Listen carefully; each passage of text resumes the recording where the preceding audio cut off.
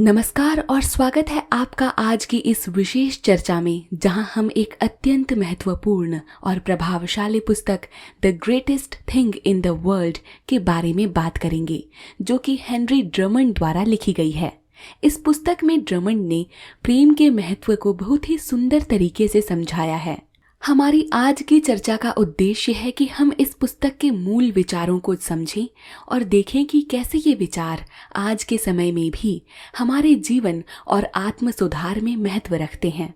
हम इस पुस्तक के कुछ प्रमुख सिद्धांतों का विश्लेषण करेंगे और ये भी देखेंगे कि कैसे ये सिद्धांत हमें एक बेहतर इंसान बनने के लिए प्रेरित कर सकते हैं।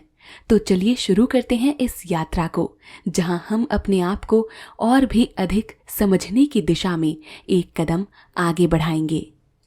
So let's start the book summary of the greatest thing in the world.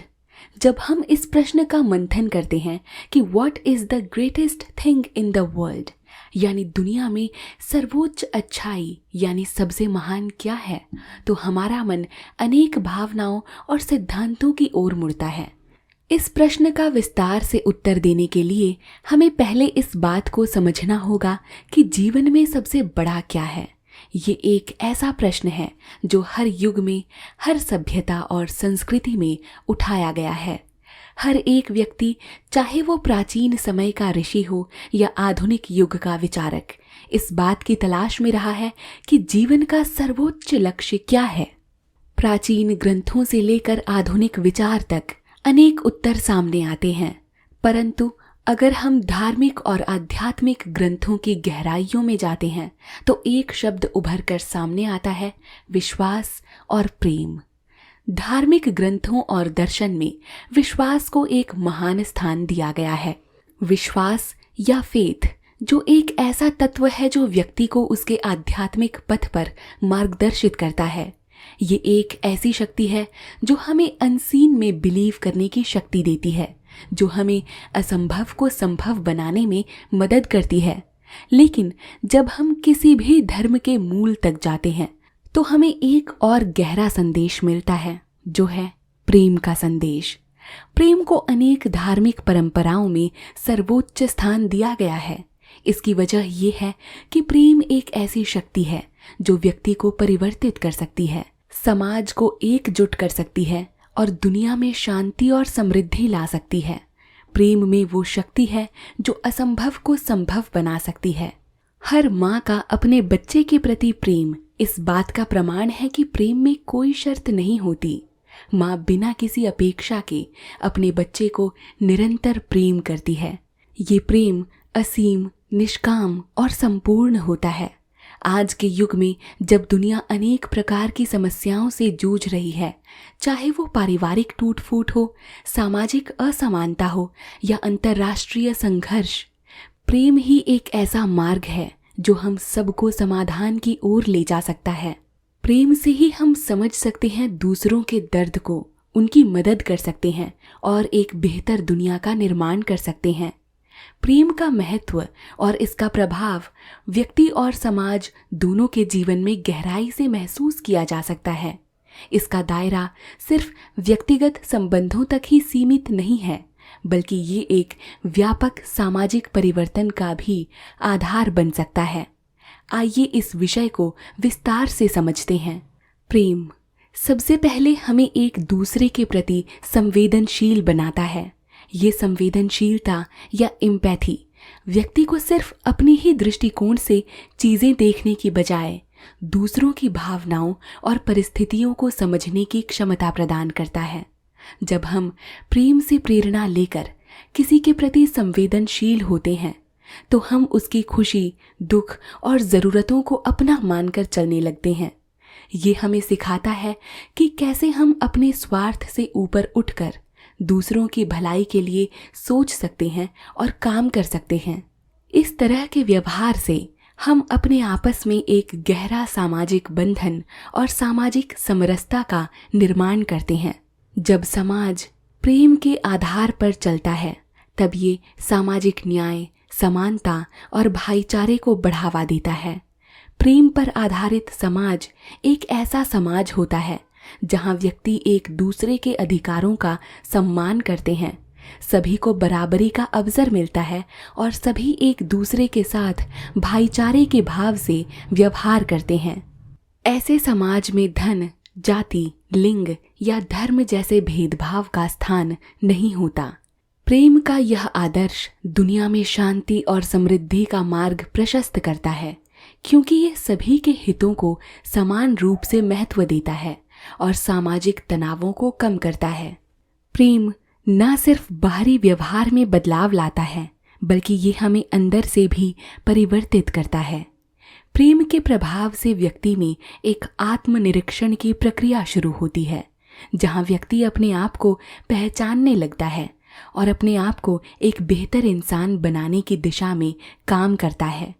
ये परिवर्तन व्यक्ति को सिर्फ अपने लिए नहीं, बल्कि दूसरों के लिए भी अच्छा सोचने की प्रेरणा देता है। प्रेम का यह गुण व्यक्ति को अधिक दयालु, समझदार और धैर्य से काम लेने वाला बनाता है।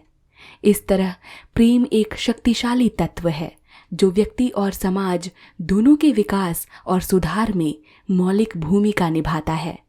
ये हमें सिखाता है कि कैसे हम अपने व्यक्तिगत हितों से ऊपर उठकर एक सामाजिक जीवन का निर्माण कर सकते हैं जो सभी के लिए न्यायिक, समान और भाईचारे से भरा हुआ हो।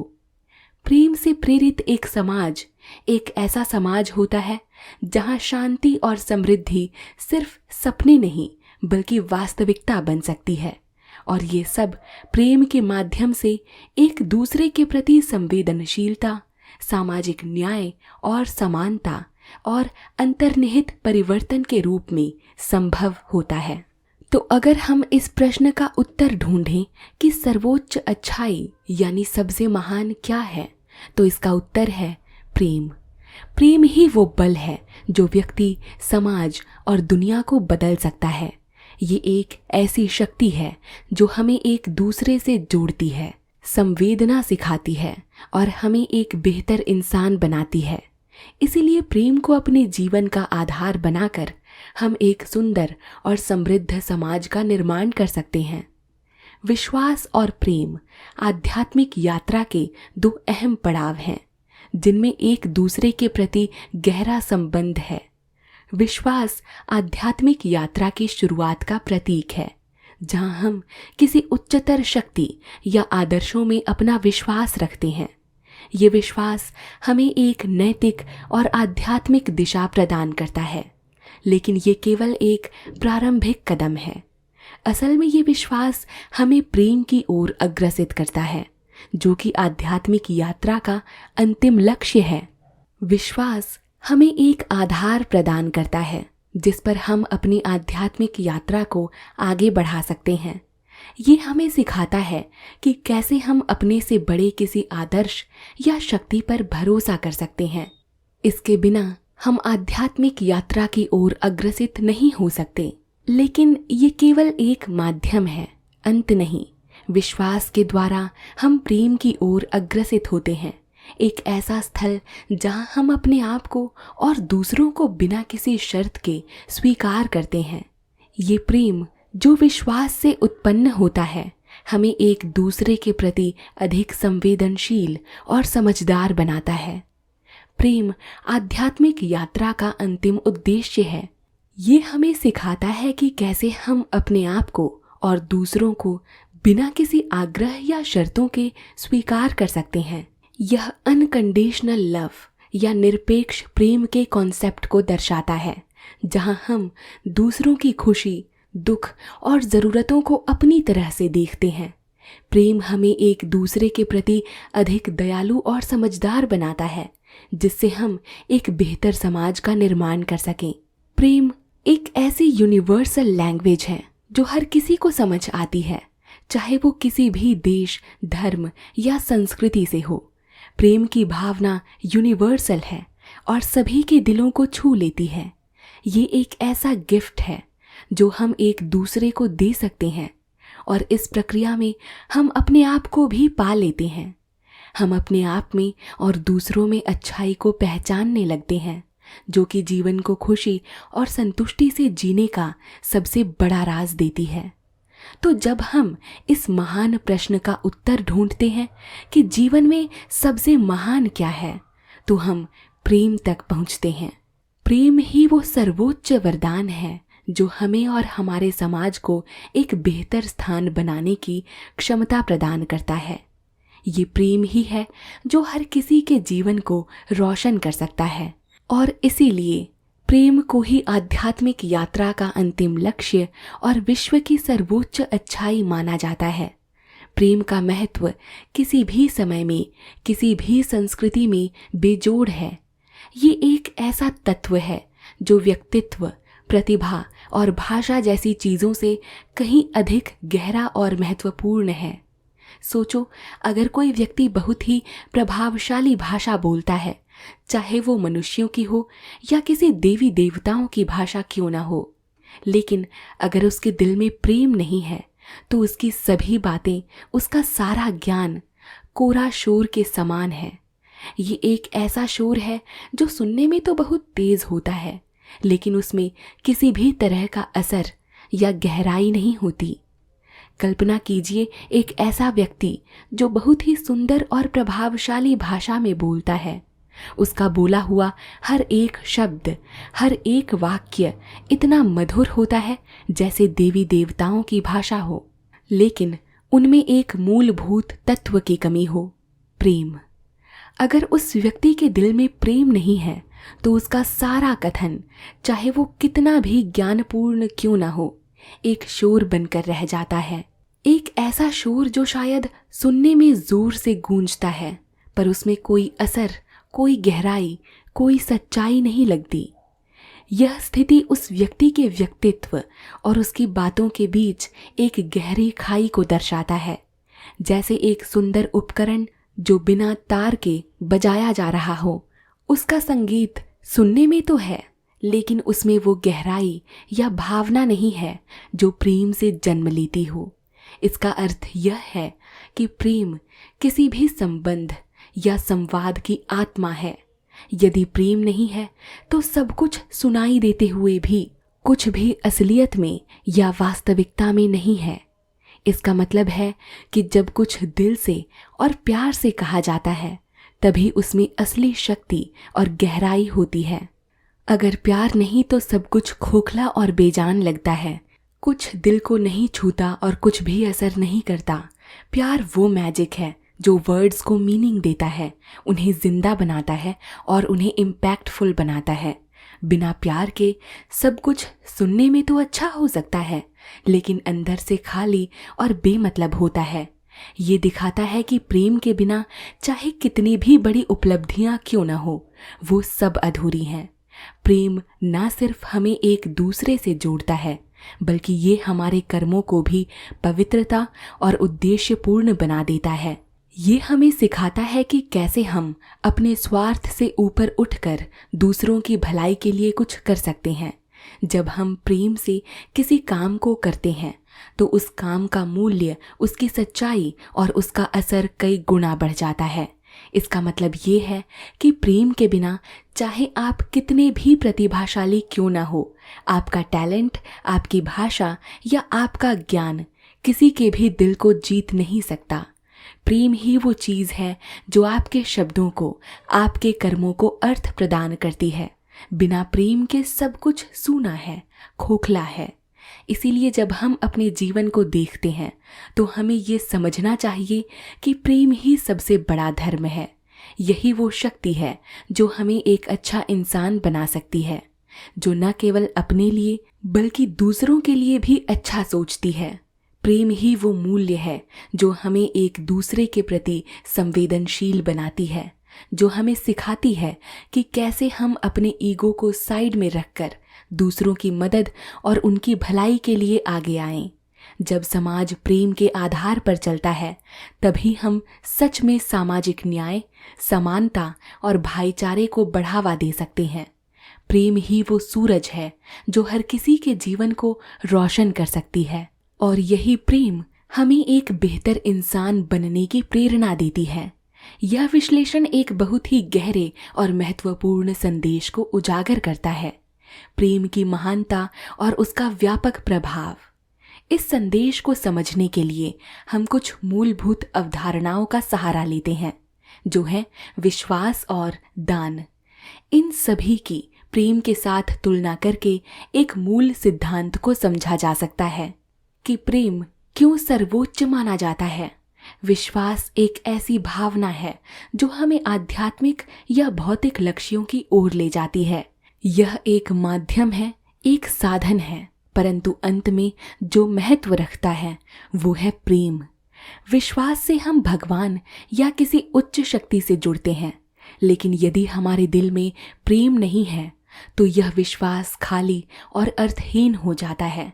विश्वास का उद्देश्य है हमें भगवान जैसा बनना, जो कि खुद प्रेम के स्वरूप हैं। इसलिए प्रेम को विश्वास से बड़ा माना गया है, क्योंकि प्रेम ही वो अंत है जिसके लिए विश्वास एक साधन है। ठीक उसी तरह दोस्तों, दान एक ऐसा कार्य है जो बाहर से तो दयालु और सहज प्रतीत होता है, लेकिन अगर दान प्रेम के बिना किया जाता है तो उसका असली महत्व नहीं रह जाता। प्रेम दान से बड़ा है, क्योंकि प्रेम दान के हर कार्य को सार्थक और संपूर्ण बना देता है। दान प्रेम का एक हिस्सा हो सकता है, लेकिन प्रेम के बिना दान के कार्य खाली और अर्थहीन हो जाते हैं। प्रेम न केवल एक भाग है, बल्कि यह एक संपूर्ण शक्ति है जो दान जैसी क्रियाओं को गहरा अर्थ प्रदान करती है। प्रेम सिर्फ किसी एक कार्य या भावना से अधिक है। यह एक ऐसा मूल तत्व है जो व्यक्ति के जीवन को पूर्णता प्रदान करता है। जब प्रेम किसी व्यक्ति के क्रियाओं, विचारों और भावनाओं में समाहित होता है, तभी असली बदलाव और विकास संभव है। प्रेम विश्वास और दान जैसी अवधारणाओं को एक नया अर्थ देता है, उन्हें एक उच्च स्थल प्रदान करता है। इस प्रकार जब हम इन सभी अवधारणाओं, विश्वास और दान की प्रेम के साथ तुलना करते हैं, तो हमें यह समझ में आता है कि प्रेम क्यों सर्वोच्च है। प्रेम अंततः एक ऐसा पत्थर है जो न केवल व्यक्ति के जीवन को बल्कि समाज को भी रोशन कर सकता है। यह एक यूनिवर्सल भाषा है जो हर किसी को समझ में आती है और एक ऐसा गिफ्ट है जो हम एक दूसरे को दे सकते हैं, जिससे न केवल हम अपने आप को बल्कि पूरी दुनिया को बेहतर बना सकते हैं।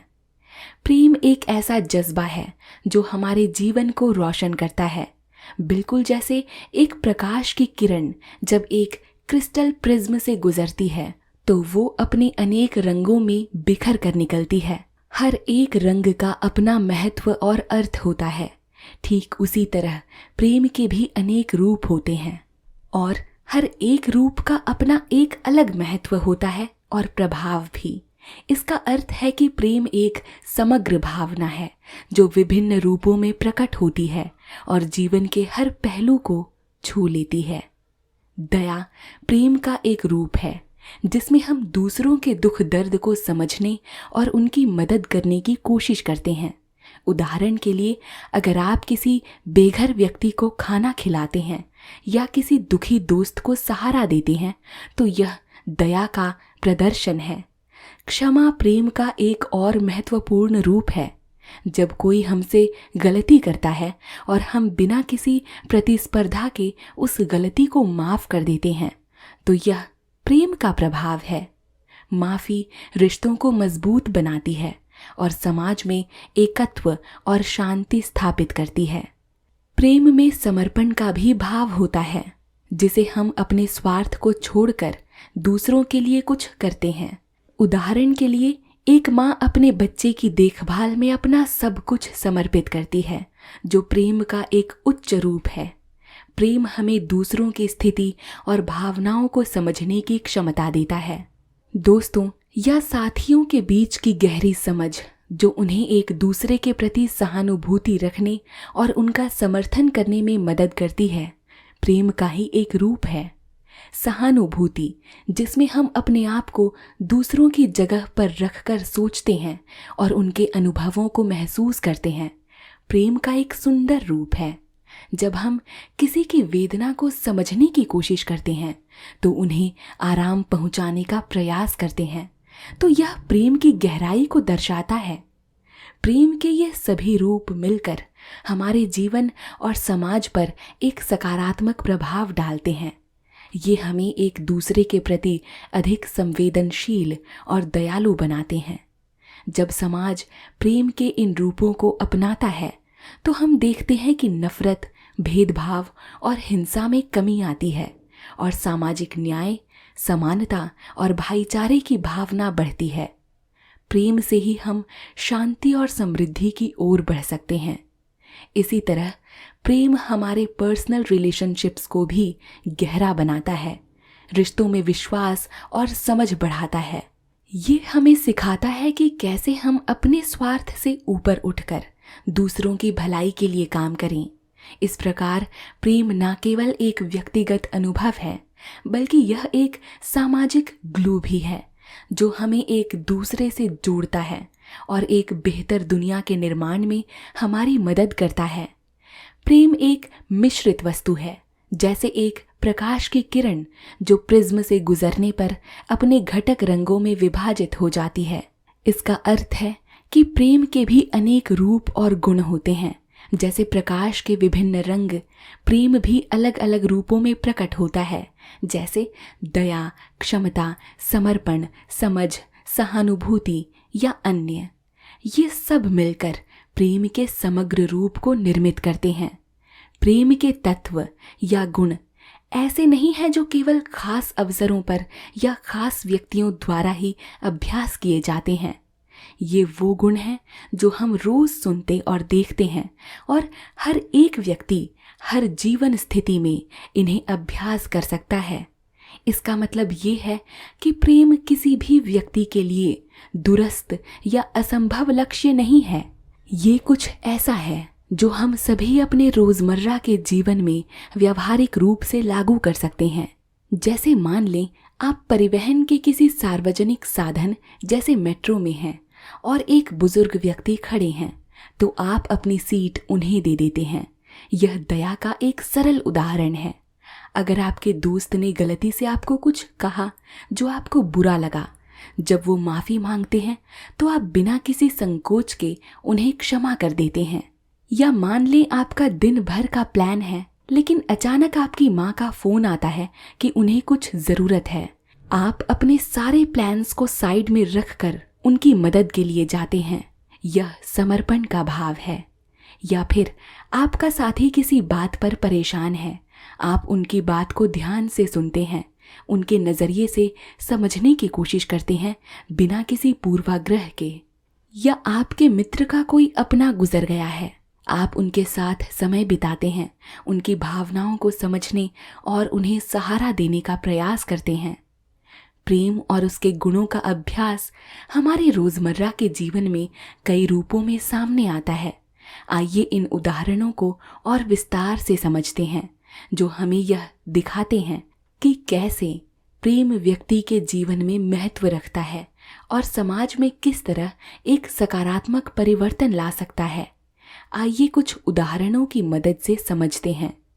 पहले उदाहरण के तौर पर मान लीजिए आप मेट्रो में हैं और देखते हैं कि एक बुजुर्ग व्यक्ति खड़े हैं, तो आप अपनी सीट उन्हें दे देते हैं। यह क्रिया सिर्फ एक सीट देना नहीं है, यह एक दया और संवेदना का भाव है जो कहता है कि आप समझ सकते हैं और महसूस कर सकते हैं दूसरे की ज़रूरत और थकान को। यह एक छोटी सी क्रिया, लेकिन इससे एक बड़ा संदेश जाता है समाज में कि हमें दूसरों की देखभाल करनी चाहिए, खासकर उनकी जो सहायता के अधिक ज़रूरतमंद हैं। अगला उदाहरण है कि मान लीजिए जैसे कभी कभी गलती से या अनजाने में लोग कुछ ऐसा कह जाते हैं जो दूसरों को बुरा लग सकता है। जब आपके दोस्त आपसे कुछ ऐसा कह देते हैं जो आपको बुरा लगे और फिर वो माफ़ी मांगते हैं, तो आपके द्वारा उन्हें बिना किसी संकोच के क्षमा कर देना यह दिखाता है कि आप रिश्तों में समझ और प्यार को महत्व देते हैं। यह क्षमा प्रेम का एक रूप है जो रिश्तों को मजबूती प्रदान करता है और गलतफहमियों को दूर करने में मदद करता है। तीसरे उदाहरण के तौर पर मान लीजिए आपका दिन भर का कुछ और प्लान है, लेकिन आपकी माँ का अचानक फोन आता है कि उन्हें कुछ जरूरत है। आप अपने प्लान्स को एक तरफ रख देते हैं और उनकी मदद के लिए जाते हैं। यह समर्पण का भाव दिखाता है। यह दिखाता है कि आप अपने प्रियजनों की जरूरतों को अपने व्यक्तिगत हितों से ऊपर रखते हैं। यह प्रेम का एक अत्यंत संवेदनशील मूल्य है जो दिखाता है कि कैसे प्रेम हमें दूसरों के लिए कुछ त्याग करने को प्रेरित करता है। एक और उदाहरण की हमने बात की जिसमें हमने माना कि जब आपका साथी किसी बात पर परेशान है और आप उनकी बात को ध्यान से सुनते हैं, उनके नज़रिए से समझने की कोशिश करते हैं बिना किसी पूर्वाग्रह के, तो यह समझ का भाव दिखाता है। यह प्रेम के गुणों में से एक है जो रिश्तों में गहराई और सम्मान लाता है। यह दिखाता है कि आप उनकी भावनाओं को महत्व देते हैं और उन्हें समझने का प्रयास करते हैं। आखिरी उदाहरण पर हमने माना था कि आपके किसी मित्र का कोई अपना गुजर गया है और आप उनके साथ समय बिताते हैं, उनकी भावनाओं को समझने और उन्हें सहारा देने का प्रयास करते हैं। यह सहानुभूति का भाव दिखाता है। यह प्रेम का एक अत्यंत सुखद और ज़रूरी रूप है जो दिखाता है कि हम दुख में भी एक दूसरे का साथ दे सकते हैं। यह प्रेम का एक ऐसा रूप है जो समाज में एकता और संवेदना बढ़ाता है। इन सभी उदाहरणों से यह स्पष्ट होता है कि प्रेम के तत्व या गुण किसी भी व्यक्ति द्वारा किसी भी समय किसी भी स्थिति में अभ्यास किए जा सकते हैं। यह जरूरी नहीं कि प्रेम केवल बड़े कार्यों या महत्वपूर्ण अवसरों पर ही व्यक्त किए जा सकें, बल्कि प्रेम को रोजमर्रा की छोटी छोटी बातों में व्यावहारिक रूप से हर समय हर एक के द्वारा व्यक्त किया जा सकता है। इस तरह से प्रेम हमारे जीवन को अर्थपूर्ण बनाता है और हमारे आसपास के समाज को भी संवारने का कार्य करता है। इन छोटी छोटी चीज़ों और साधारण गुणों के माध्यम से जो प्रेम के तत्व हैं को सृजित करते हैं, यह बताता है कि कैसे प्रेम अपने सबसे अधिक संभाव रूप में एक व्यक्ति के जीवन को और इससे आगे चलकर समाज को भी बदल सकता है। प्रेम के इन गुणों का अभ्यास करके हम एक ऐसे समाज की रचना कर सकते हैं जो अधिक न्यायपूर्ण, समान और प्रेम से भरा हुआ हो। इस विश्लेषण से हमें यह समझ में आता है कि प्रेम केवल एक भावना नहीं बल्कि एक व्यावहारिक दर्शन है जो हमें दिखाता है कि कैसे हम अपने आप को और अपने आसपास के समाज को बेहतर बना सकते हैं। प्रेम इस प्रकार एक ऐसी शक्ति है जो न केवल व्यक्तिगत सुधार को प्रेरणा देता है बल्कि यह सामाजिक परिवर्तन का भी आधार बन सकता है। प्रेम जो एक ऐसा एहसास है जो व्यक्ति को अंदर और बाहर से बदल देता है, 9 मुख्य अवयवों या गुणों से मिलकर बनता है। इन गुणों को समझना और उन्हें अपने जीवन में उतारना एक व्यक्ति को सच्चे प्रेम की गहराइयों तक ले जा सकता है। प्रेम का पहला गुण धैर्य है। यह हमें सिखाता है कि कैसे हम लंबा इंतजार कर सकते हैं बिना किसी शिकायत के। यह इंतजार सिर्फ समय के लिए नहीं बल्कि दूसरों की भावनाओं, उनके विकास और समझ के लिए भी होता है। जैसे एक पेड़ अपने फल आने तक इंतजार करता है सही समय का, वैसे ही सच्चा प्रेम भी समय लेता है बिना किसी जल्दबाजी के। प्रेम का दूसरा गुण है दया।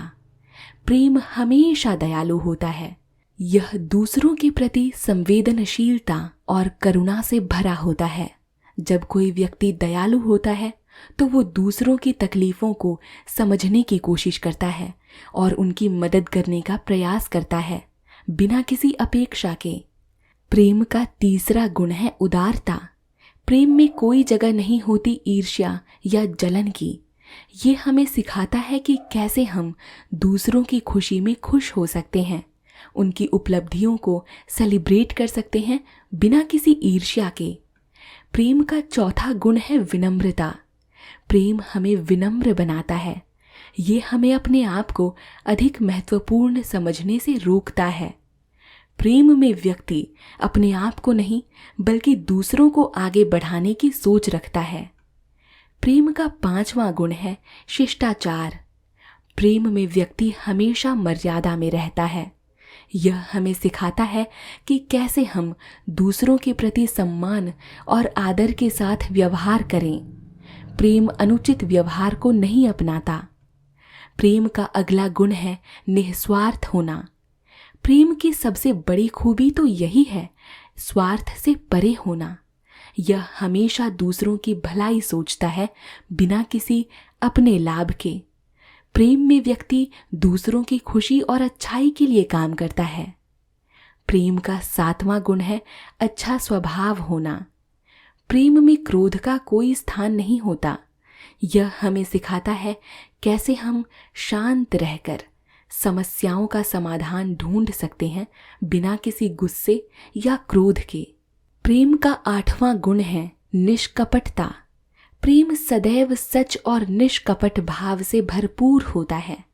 यह हमें बुरा सोचने से रोकता है और हमें सिखाता है कि कैसे हम बिना किसी छल कपट के जिंदगी जी सकते हैं। प्रेम का आखिरी गुण है सच्चाई, और अंत में प्रेम सच्चाई में ही प्रसन्न होता है।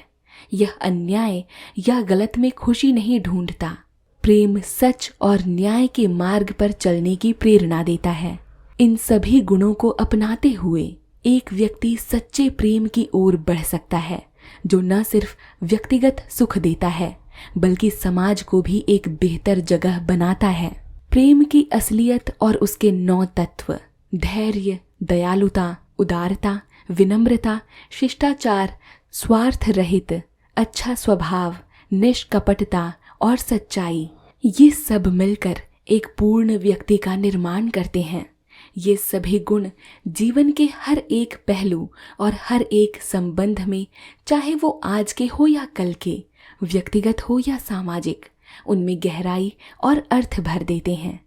प्रेम के इन तत्वों का संबंध सिर्फ भौतिक या व्यक्तिगत संबंधों तक सीमित नहीं है, बल्कि ये हमारे व्यवहार और सोचने के तरीके को भी प्रभावित करते हैं, जिससे हम अपने आसपास के लोगों और समाज के प्रति ज्यादा संवेदनशील और उत्तरदायी बनते हैं। यह समझना महत्वपूर्ण है कि प्रेम और उसके गुण मानव संबंधों और जीवन के संबंध में कैसे महत्वपूर्ण हैं और किस तरह से ये हमारे रोजमर्रा के जीवन को प्रभावित करते हैं। प्रेम के ये गुण हमें सिखाते हैं कि कैसे हम दूसरों के प्रति अधिक दयालु, संवेदनशील और समझदार बन सकते हैं। ये गुण हमें ये भी सिखाते हैं कि कैसे हम अपने आप को और दूसरों को बिना किसी पूर्वाग्रह के देख सकते हैं, सच्चाई और निष्पक्षता के साथ। इसके अलावा प्रेम के गुणों का अभ्यास हम अपने आप को और अपने संबंधों को एक नई गहराई और अर्थ प्रदान करने के लिए कर सकते हैं। ये गुण हमें यह समझने में मदद करते हैं कि कैसे हम अपने आसपास के लोगों के प्रति अधिक संवेदनशील और उत्तरदायी बन सकते हैं और कैसे हम अपने व्यक्तित्व को और अधिक पूर्ण और समृद्ध बना सकते हैं। प्रेम के तत्व जैसे कि धैर्य और दयालु होना, उदारता, विनम्रता, शिष्टाचार, स्वार्थ रहित, अच्छा स्वभाव, निष्पक्षता और सच्चाई, ये सब व्यक्ति के जीवन को एक नई दिशा और अर्थ प्रदान करते हैं। यह हमें सिखाते हैं कि कैसे हम अपने रोजमर्रा के जीवन में, चाहे वो प्रोफेशनल हो या पर्सनल, इन गुणों को अपनाकर एक अधिक समृद्ध और संतुष्ट जीवन जीते हैं। इन गुणों का अभ्यास हमें यह भी सिखाता है कि कैसे हम अपने संबंधों को और अधिक गहरा और अर्थपूर्ण बना सकते हैं, जिससे हमारी व्यक्तिगत और सामाजिक जिंदगी दोनों ही अधिक समृद्ध और पूर्ण बन सकती है। अंत में यह समझना जरूरी है कि प्रेम और उसके गुण हमारे जीवन और संबंधों में एक मूलभूत भूमिका निभाते हैं। ये गुण हमें यह सिखाते हैं कि कैसे हम एक अधिक दयालु, संवेदनशील और समझदार इंसान बन सकते हैं, जो न सिर्फ अपने लिए बल्कि अपने आसपास के लोगों और समाज के लिए भी अच्छा करते हैं। ये प्रेम के गुण हमें यह भी सिखाते हैं कि कैसे हम अपने जीवन को एक अधिक अर्थपूर्ण और समृद्ध तरीके से जीते हैं, जिससे हम अपने आप को और अपने संबंधों को एक नई और अधिक समृद्ध दिशा प्रदान कर सकते हैं। काश और बड़े लोग भी इतना सच्चा सवाल पूछते। इसमें एक सच्चाई है जो हम बड़े लोग अक्सर भूल जाते हैं। हम इतने व्यस्त हैं अपनी दुनिया में कि हम भगवान के असली काम और उनकी बनाई दुनिया में उनकी भूमिका को समझने का प्रयास तक नहीं करते। ये प्रश्न हमें एक अवसर देता है कि हम अपने आप से पूछें कि क्या हम सच में समझते हैं कि भगवान हमारे जीवन में क्या भूमिका निभाते हैं। उदाहरण के लिए सोचिए, जब हम रोज़मर्रा की ज़िंदगी में इतने उलझे होते हैं तो हम अक्सर ये भूल जाते हैं कि हर एक छोटी से छोटी घटना में भी भगवान का एक हाथ होता है। हम भूल जाते हैं कि वो हमारी रक्षा करते हैं, हमारा मार्गदर्शन करते हैं और हमें प्यार करते हैं, चाहे हम उसे महसूस करें या ना करें। इस छोटे बच्चे की तरह हम भी अक्सर सोचते हैं कि भगवान सिर्फ भगवान है, एक दूर और इंसानी समझ से परे एंटिटी। लेकिन अगर हम सच में सोचें तो समझ सकते हैं कि भगवान हमारे जीवन में हर पल मौजूद हैं, हर क्षेत्र में हमारी मदद और मार्गदर्शन कर रहे हैं। जैसे एक पिता अपने बच्चे के लिए सब कुछ करता है, बिना ये उम्मीद किए कि बच्चा उसकी हर गतिविधि को समझे या अप्रिशिएट करे, वैसे ही भगवान भी हमें निरंतर प्यार और सहायता देते हैं, चाहे हम उनकी उपस्थिति को पहचाने या ना।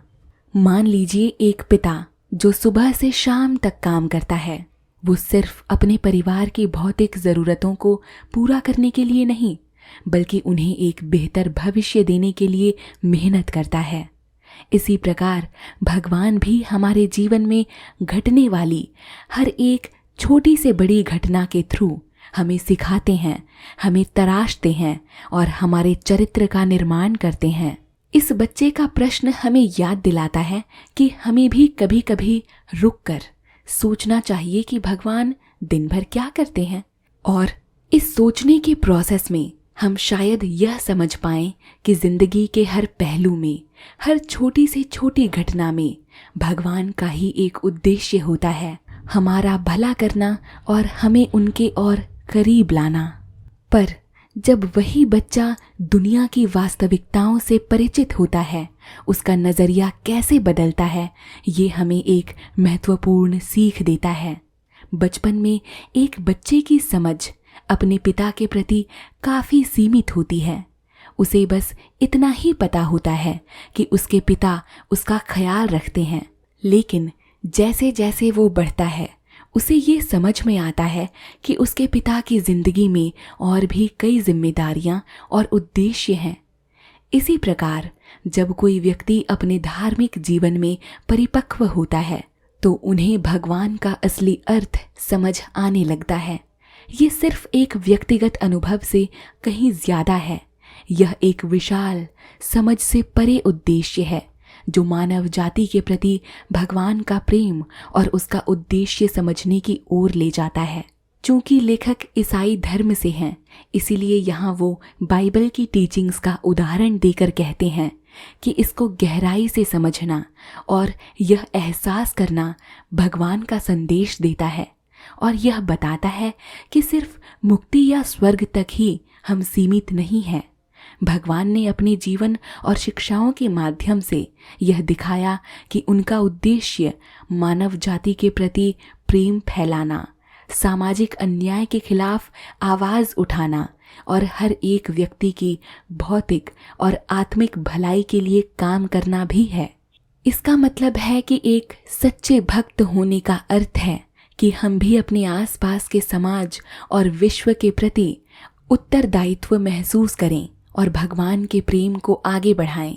जब एक भक्त यह समझने लगता है कि उनका विश्वास उनके अपने पर्सनल सैल्वेशन या मुक्ति से कहीं ज़्यादा बड़ा है तो उनका जीवन दृष्टिकोण बदल जाता है। वो समझते हैं कि हर एक इंसान, चाहे वो किसी भी देश, धर्म या सामाजिक स्थिति का हो, भगवान के प्रेम और मुक्ति का पात्र है।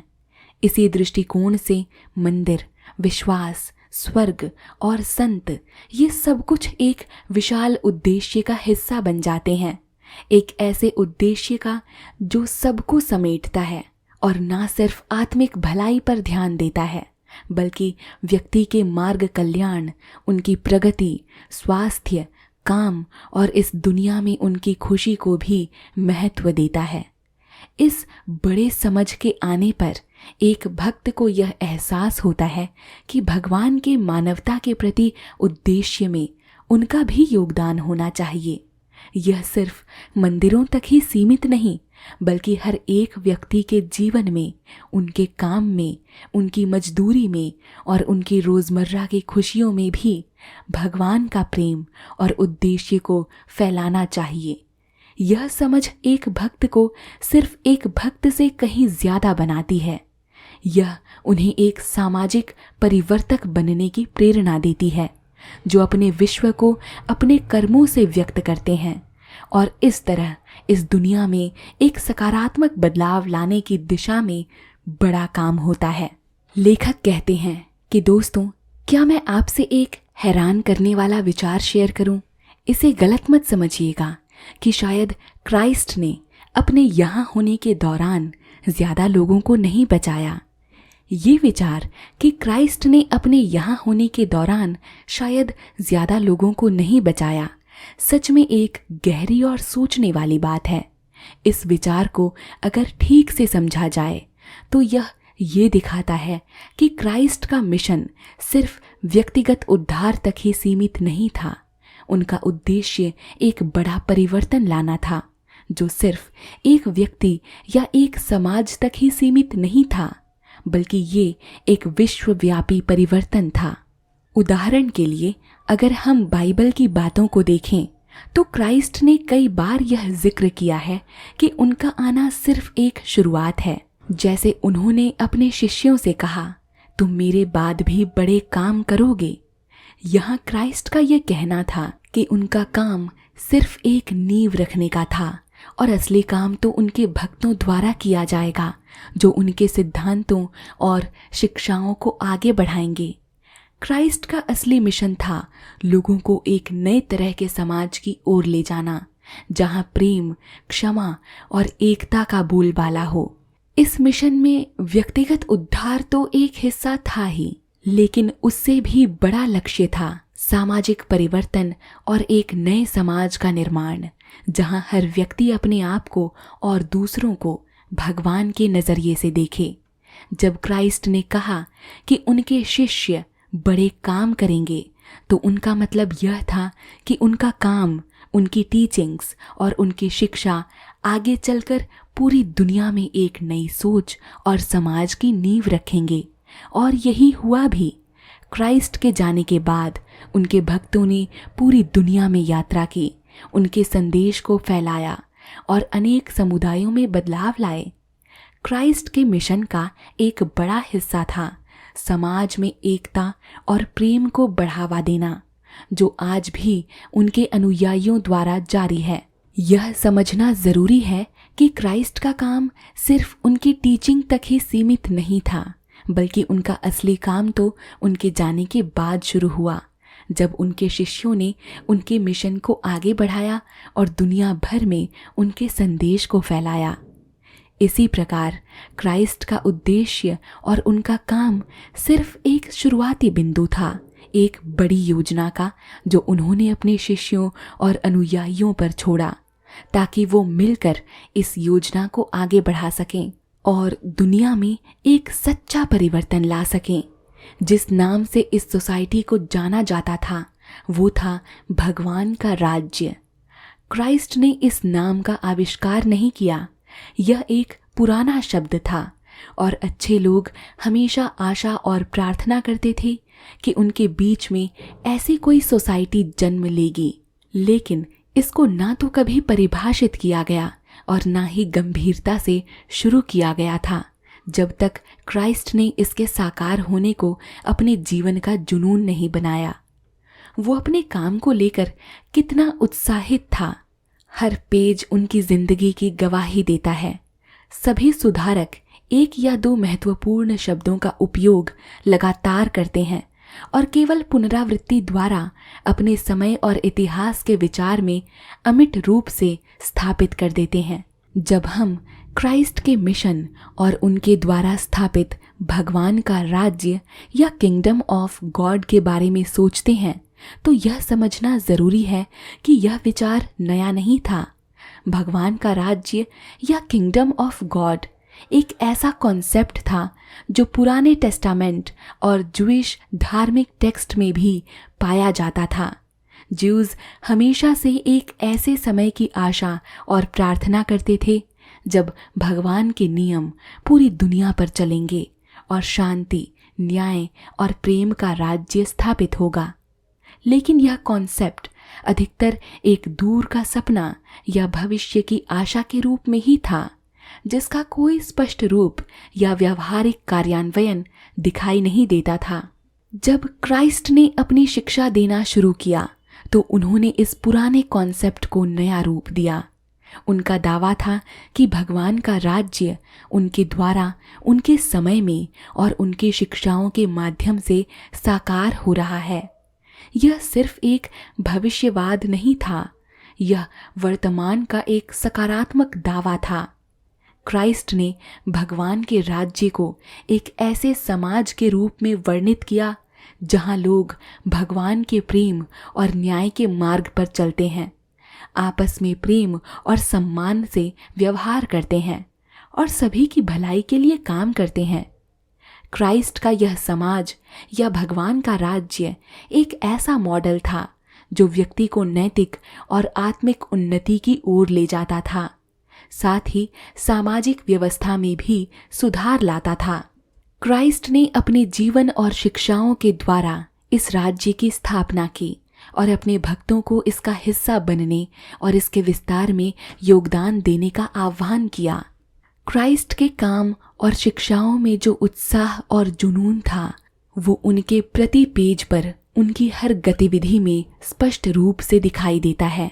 उन्होंने अपनी शिक्षाओं, उपमाओं और अपने व्यक्तिगत उदाहरण के द्वारा भगवान के राज्य के कॉन्सेप्ट को नया अर्थ दिया और इसे अपने समय के लोगों के लिए रेलेवेंट और समझने योग्य बनाया। क्राइस्ट ने जो पुनरावृत्ति की टेक्निक अपनाई वो उनके संदेश को लोगों के मन में अमिट रूप से स्थापित करने के लिए थी। बार बार एक ही शब्द या विचार को दोहराकर उन्होंने अपने श्रोताओं के मन में एक मजबूत छाप छोड़ी, जिससे उनका संदेश न सिर्फ उनके समय तक ही सीमित रहा बल्कि अनेक पीढ़ियों तक आज तक प्रभावित करता रहा है। यही कारण है कि आज भी जब हम भगवान का राज्य या किंगडम ऑफ गॉड के बारे में सोचते हैं तो हम क्राइस्ट की शिक्षाओं और उनके जीवन के उदाहरणों को याद करते हैं। उनका मिशन और उनका संदेश जो उन्होंने अपने जीवन के हर क्षण में जिया और सिखाया, एक ऐसे समाज की नींव रखता है जो प्रेम, न्याय और शांति पर आधारित है। एक ऐसा समाज जिसका सपना पुराने समय से देखा जा रहा था, लेकिन जिसे क्राइस्ट ने साकार रूप दिया। क्राइस्ट का बड़ा शब्द था भगवान का राज्य। उनके द्वारा हम तक पहुंचने वाले सब शब्दों में से यह सबसे आम है। गॉस्पेल्स में 100 बार यह शब्द आया है। जब भी उन्होंने प्रचार किया, लगभग हमेशा यही उनका विषय होता था। उनके उपदेश उनकी सोसाइटी के उद्देश्यों का व्याख्यान थे। अलग अलग चीज़ों जैसे कि किस तरह के लोग इसकी सदस्यता ले सकते हैं, वो क्या करेंगे या बनाएंगे, या क्या नहीं करेंगे या नहीं बनाएंगे, और यहाँ तक कि जब वो शब्द का उपयोग भी नहीं करते, ये आसान है देखना कि उन्होंने जो कुछ भी कहा या किया था उसका संबंध इससे था। दार्शनिक कैटेगरीज में सोचने की बात करते हैं। मानिए जैसे एक विशेष कमरे में रहते हैं जिसमें उसकी अपनी खास फर्नीचर, चित्र और दृष्टिकोण होते हैं। ये सब उसमें सोचे या व्यक्त किए गए सब कुछ को एक निरंतर दिशा और रंग देते हैं। भगवान का राज्य की कैटेगरी में क्राइस्ट का विचार चलता था। हालांकि एक समय उन्होंने कहा कि वो खोए हुए को बचाने आए हैं या दूसरे समय लोगों को जीवन देना है या अपने पिता की इच्छा को पूरा करना है, ये सब उनकी सोसाइटी के उद्देश्यों में शामिल थे। क्राइस्ट का प्रचार और शिक्षण का केंद्र बिंदु था भगवान का राज्य या किंगडम ऑफ गॉड। ये विचार उनके संदेश के हर एस्पेक्ट में व्याप्त था और गॉस्पेल्स में इसका जिक्र 100 बार से भी ज्यादा आया है, जो इसकी महत्ता को दर्शाता है। जब भी क्राइस्ट ने प्रचार किया, उनका मुख्य विषय हमेशा भगवान का राज्य ही होता था। यह उनके उपदेशों का सार था, जिसमें उन्होंने समाज को नए सिरे से व्याख्यायित किया, उसकी रचना के उद्देश्यों को स्पष्ट किया और यह भी बताया कि कैसे व्यक्ति इस समाज का हिस्सा बनते हैं और उनका रोल क्या होगा, उन्हें क्या करना चाहिए, क्या नहीं करना चाहिए और वो क्या बन सकते हैं या नहीं बन सकते। क्राइस्ट ने भगवान के राज्य के कॉन्सेप्ट को अपने उद्देश्यों के माध्यम से जीवंत बनाया। उन्होंने समझाया कि इस समाज में सदस्यता के लिए क्या आवश्यक है, जैसे प्रेम, दया, न्याय और अपने पड़ोसी के प्रति सहानुभूति। उन्होंने यह भी बताया कि इस राज्य में हिंसा, द्वेष और अन्य नकारात्मक भावनाओं का कोई स्थान नहीं है। जब भी क्राइस्ट ने द किंगडम ऑफ गॉड यानी भगवान के राज्य के बारे में बात की, तो उनका उद्देश्य यह दर्शाना था कि ये सिर्फ एक धार्मिक या आध्यात्मिक अवधारणा नहीं है, बल्कि एक व्यवहारिक, सामाजिक और नैतिक व्यवस्था है जिसमें हर एक व्यक्ति का महत्व है। उनका संदेश था कि भगवान का राज्य यहाँ और अभी है, हमारे बीच में, अगर हम अपने दिल और मन को उसके प्रति खोल दें। क्राइस्ट का यह विचार कि भगवान का राज्य हर एक व्यक्ति के जीवन में, समाज में और पूरे संसार में एक नए तरीके से व्यवहार करने का आधार है, आज भी उतना ही प्रासंगिक है।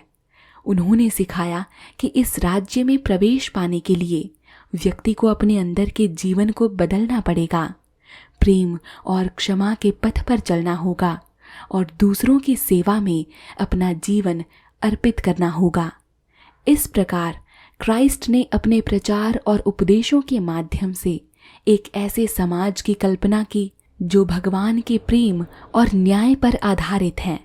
उनका यह संदेश एक ऐसा दार्शनिक और आध्यात्मिक फ्रेमवर्क प्रस्तुत करता है जिसमें हर व्यक्ति अपनी जिंदगी को भगवान का राज्य में जोड़ने की दिशा में काम करता है, जिससे कि समाज और संसार में सकारात्मक परिवर्तन आए। यह विचार क्राइस्ट के प्रचार का सार है और यही वजह है कि द किंगडम ऑफ गॉड यानी भगवान का राज्य उनके सबसे बड़े शब्द को माना जाता है। भगवान की भक्ति से दी जाने वाली उम्मीद, जिसे हम धर्म भी कहते हैं, चाहे वो हिंदू धर्म हो या मुस्लिम धर्म या क्रिश्चियनिटी, अगर सही मायने में अपने आप को दुनिया के डिप्रेशन का इलाज करने वाला यानी ह्यूमैनिटी का फिजिशियन के रूप में स्थापित कर सकती है, तो इसका मतलब ये होगा कि इसके पास वो सब कुछ है जो दुनिया की उदासी और ग्लूमीनेस को दूर कर सकता है। इसका अर्थ यह नहीं कि क्रिश्चियनिटी तुरंत साइकोलॉजिकल यानी शारीरिक कारणों को दूर कर सकती है जो डलनेस या उदासी को जन्म देते हैं, लेकिन क्रिश्चियनिटी के सिद्धांतों का पालन करते हुए हम अपने आप को अनेक तरह की समस्याओं से बचा सकते हैं और इसकी प्रेरणा हमें उन समस्याओं से ऊपर उठने में मदद करती है, ऐसा लेखक दावा करते हैं। जब बात आती है मॉरल, मेंटल या सोशल कॉजेस की जो इंसान को अंदर से हैवी या भारी फील करवाते हैं, तो क्रिश्चियनिटी के पास वास्तव में एक इलाज होता है। मान लीजिए आप किसी ऐसे व्यक्ति के बारे में सोच रहे हैं जिसे स्पिरिट ऑफ हैवीनेस ने घेरा हुआ है। हो सकता है आप एक बूढ़ी औरत का सोच रहे हो जिसे आप जानते हैं और आपको ये भी पता है कि आप उसकी मदद कर सकते हैं क्योंकि आपने पहले भी ऐसा किया है। सिर्फ एक सिंपल विजिट, शायद कोई छोटा सा तोहफा या फिर बिना किसी तोहफे के भी उस व्यक्ति को आपने किसी भी तरह से एक नई उम्मीद और खुशी प्रदान की थी। क्रिश्चियनिटी की टीचिंग यह सिखाती है कि किंगडम ऑफ गॉड की मशीनरी बहुत ही सिंपल और साइलेंट होती है और इसकी सबसे साइलेंट पार्ट ही सबसे ज़्यादा काम करते हैं। हम में से बहुत से लोग क्राइस्ट की मेडिसिन्स पर इतना कम बिलीव करते हैं कि हम ये नहीं जानते कि जब हम एक दूसरे पर सिंपली मुस्कुरा देते हैं तो उससे क्या हीलिंग की शक्ति पैदा होती है। क्रिश्चियनिटी चाहती है कि दुनिया में सबसे ज़्यादा रोशनी भरे यानी खुश मिजाज लोग हों, क्योंकि बुज़दिल लोग प्यार के लिए रोटी से ज़्यादा भूखे होते हैं। खुशी की इस मशीन को चलाने का पेट्रोल बहुत ही सस्ता है और अगर हम गरीब लोगों को प्रशंसा के वस्त्र पहनाने में मदद करते हैं तो ये उनके लिए भी ब्लैंकेट से बेहतर साबित होगा। ये बताता है कि किस तरह क्रिश्चियन फेथ और उसकी टीचिंग्स सिर्फ पर्सनल सैल्वेशन तक ही सीमित नहीं है, बल्कि ये एक ब्रॉडर सोसाइटल इम्पैक्ट भी रखती है, जिसमें एक दूसरे की मदद करना और एक दूसरे को अपलिफ्ट करना भी शामिल है। क्रिश्चियनिटी के पास दुनिया की उदासी को दूर करने के लिए सिर्फ एक नहीं बल्कि अनेक सीक्रेट्स हैं और ये हर भक्त के लिए एक चैलेंज है कि वो इनका इस्तेमाल करके दुनिया को और बेहतर जगह बनाए। आप सोच सकते हैं कि ये जो मैं कह रही हूँ ये तो किसी भी इंसान के लिए संभव है और ये खास तौर पर क्रिश्चियनिटी तक ही सीमित नहीं है। और आप सही हैं, लेकिन ये क्यूरियस बात है, बावजूद इसके कि ये सब कुछ कोई और भी कर सकता है, फिर भी बहुत कम लोग ऐसे हैं जो ये करते हैं। गुडविल या अच्छी इच्छा इंसानों के बीच में दुनिया में क्राइस्ट के साथ आई थी, ऐसा लेखक कहते हैं। उदाहरण के तौर पर मान लो एक व्यक्ति जो अपने पड़ोसी की मदद करता है बिना किसी स्वार्थ के, या एक ऐसा व्यक्ति जो दूसरों को खुशी देना चाहता है बिना किसी प्रतिधन की अपेक्षा के, वो चाहे जाने या अनजाने में क्राइस्ट की टीचिंग्स को जिंदा कर रहा होता है। ये एक्शंस सिंपल होने के बावजूद एक प्रोफाउंड इम्पैक्ट क्रिएट करते हैं जिसे हम सभी सीख सकते हैं। अगर तुम कहो कि क्रिश्चियनिटी का मुख्य उद्देश्य दुनिया की खुशी बनाना नहीं है तो मैं इससे सहमत हूँ, ऐसा लेखक का मानना है। ये कभी इसका मुख्य लक्ष्य नहीं था, पर यह अजीब लग सकता है। बिना ऐसे धर्म का पालन करना इनवेरिएबली, इनफैलिबली और काफ़ी यूनिवर्सली दुनिया को खुशी की ओर ले जाती है। इसका मतलब ये है कि जॉय या खुशी हालांकि सबसे उच्च स्थल पर नहीं है क्राइस्ट की टीचिंग्स में, लेकिन फिर भी ये एक जोर से बजने वाला नोट है। लेखक कहते हैं कि और कोई भी जो क्राइस्ट की सोसाइटी में सेवा करता है वो लंबे समय तक इस संगीत के बिना नहीं रह सकता। चलिए इसे और विस्तार में समझते हैं। क्या आप जानते हैं पुरानी सोच या थ्योरी जिसमें ये माना जाता है कि भगवान ने दुनिया को एक मशीन की तरह बनाया और फिर बस एक कोने में खड़े होकर इसकी गतिविधियों को देखते रहे। ये थ्योरी अब बदल चुकी है। आज हम इस विचार को अपनाते हैं कि भगवान नेचुरल वर्ल्ड के एक अलग दर्शक नहीं हैं, बल्कि वो इस संसार में समाहित हैं, अपनी उपस्थिति से, अपनी स्पिरिट से मैटर को व्याप्त करते हैं और अपनी इच्छा से इसका संचालन करते हैं। इसी प्रकार से क्राइस्ट भी इंसानों में समाहित हैं। उनका उद्देश्य है इंसानों के दिलों को छूना, उनकी जिंदगियों को प्रेरणा देना और ऐसे दिलों के माध्यम से संपूर्ण दुनिया तक पहुंचना, ऐसा लेखक लिखते हैं। यह काम सिर्फ और सिर्फ इंसान ही कर सकते हैं।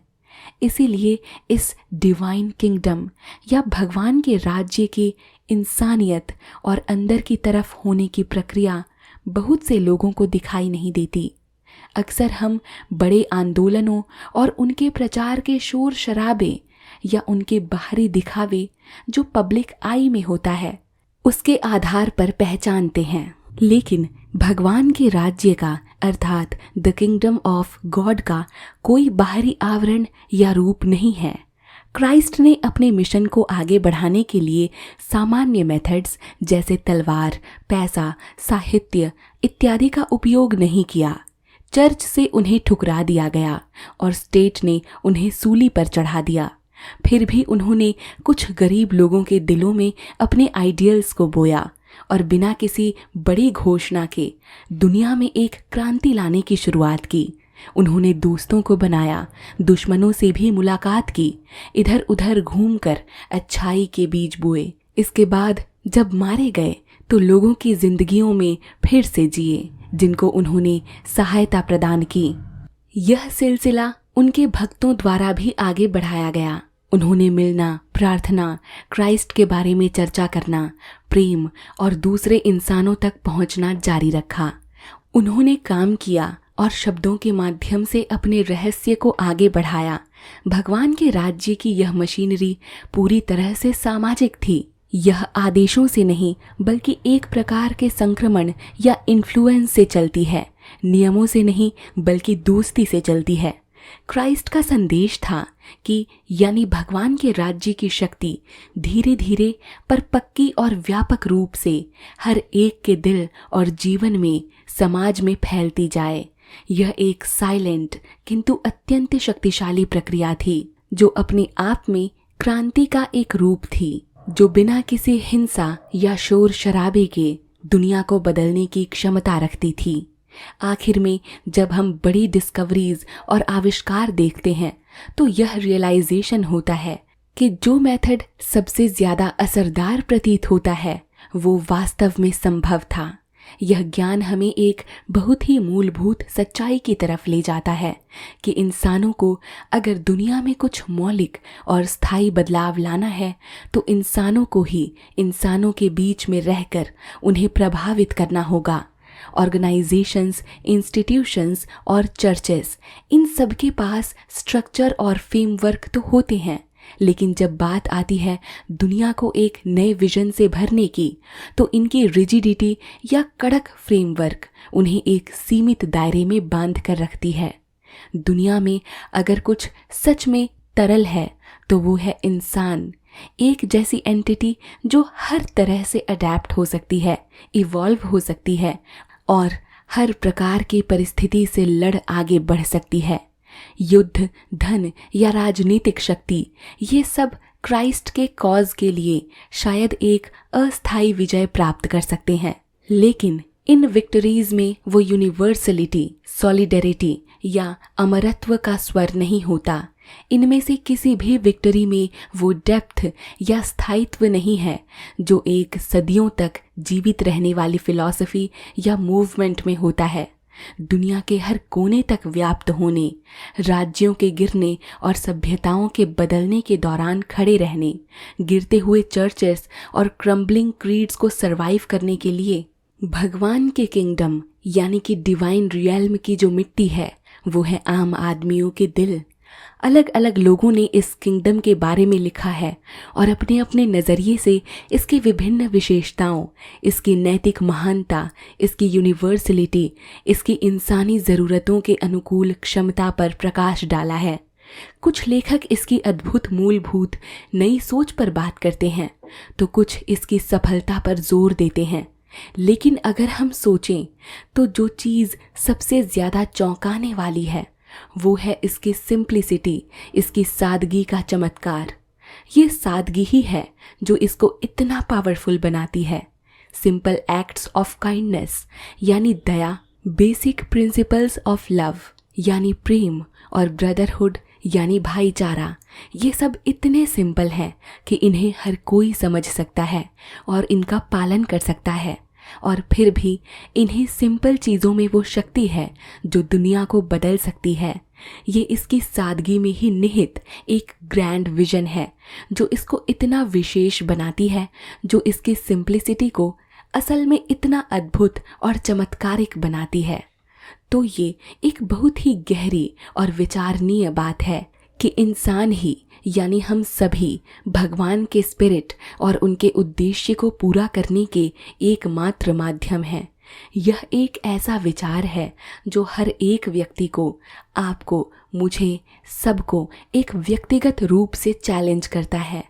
पहला सवाल जो यहाँ उठता है वो ये नहीं है कि क्या आप किसी खास धर्म या संप्रदाय का पालन करते हैं, ना ही ये कि आप अपनी आत्मा की चिंता करते हैं या नहीं। असली सवाल ये है कि आपके अपने जीवन में, आपकी डेली एक्टिविटीज़ में, भगवान के राज्य या ब्रॉडर सेंस में एक बेहतर दुनिया के निर्माण में आपका क्या योगदान है।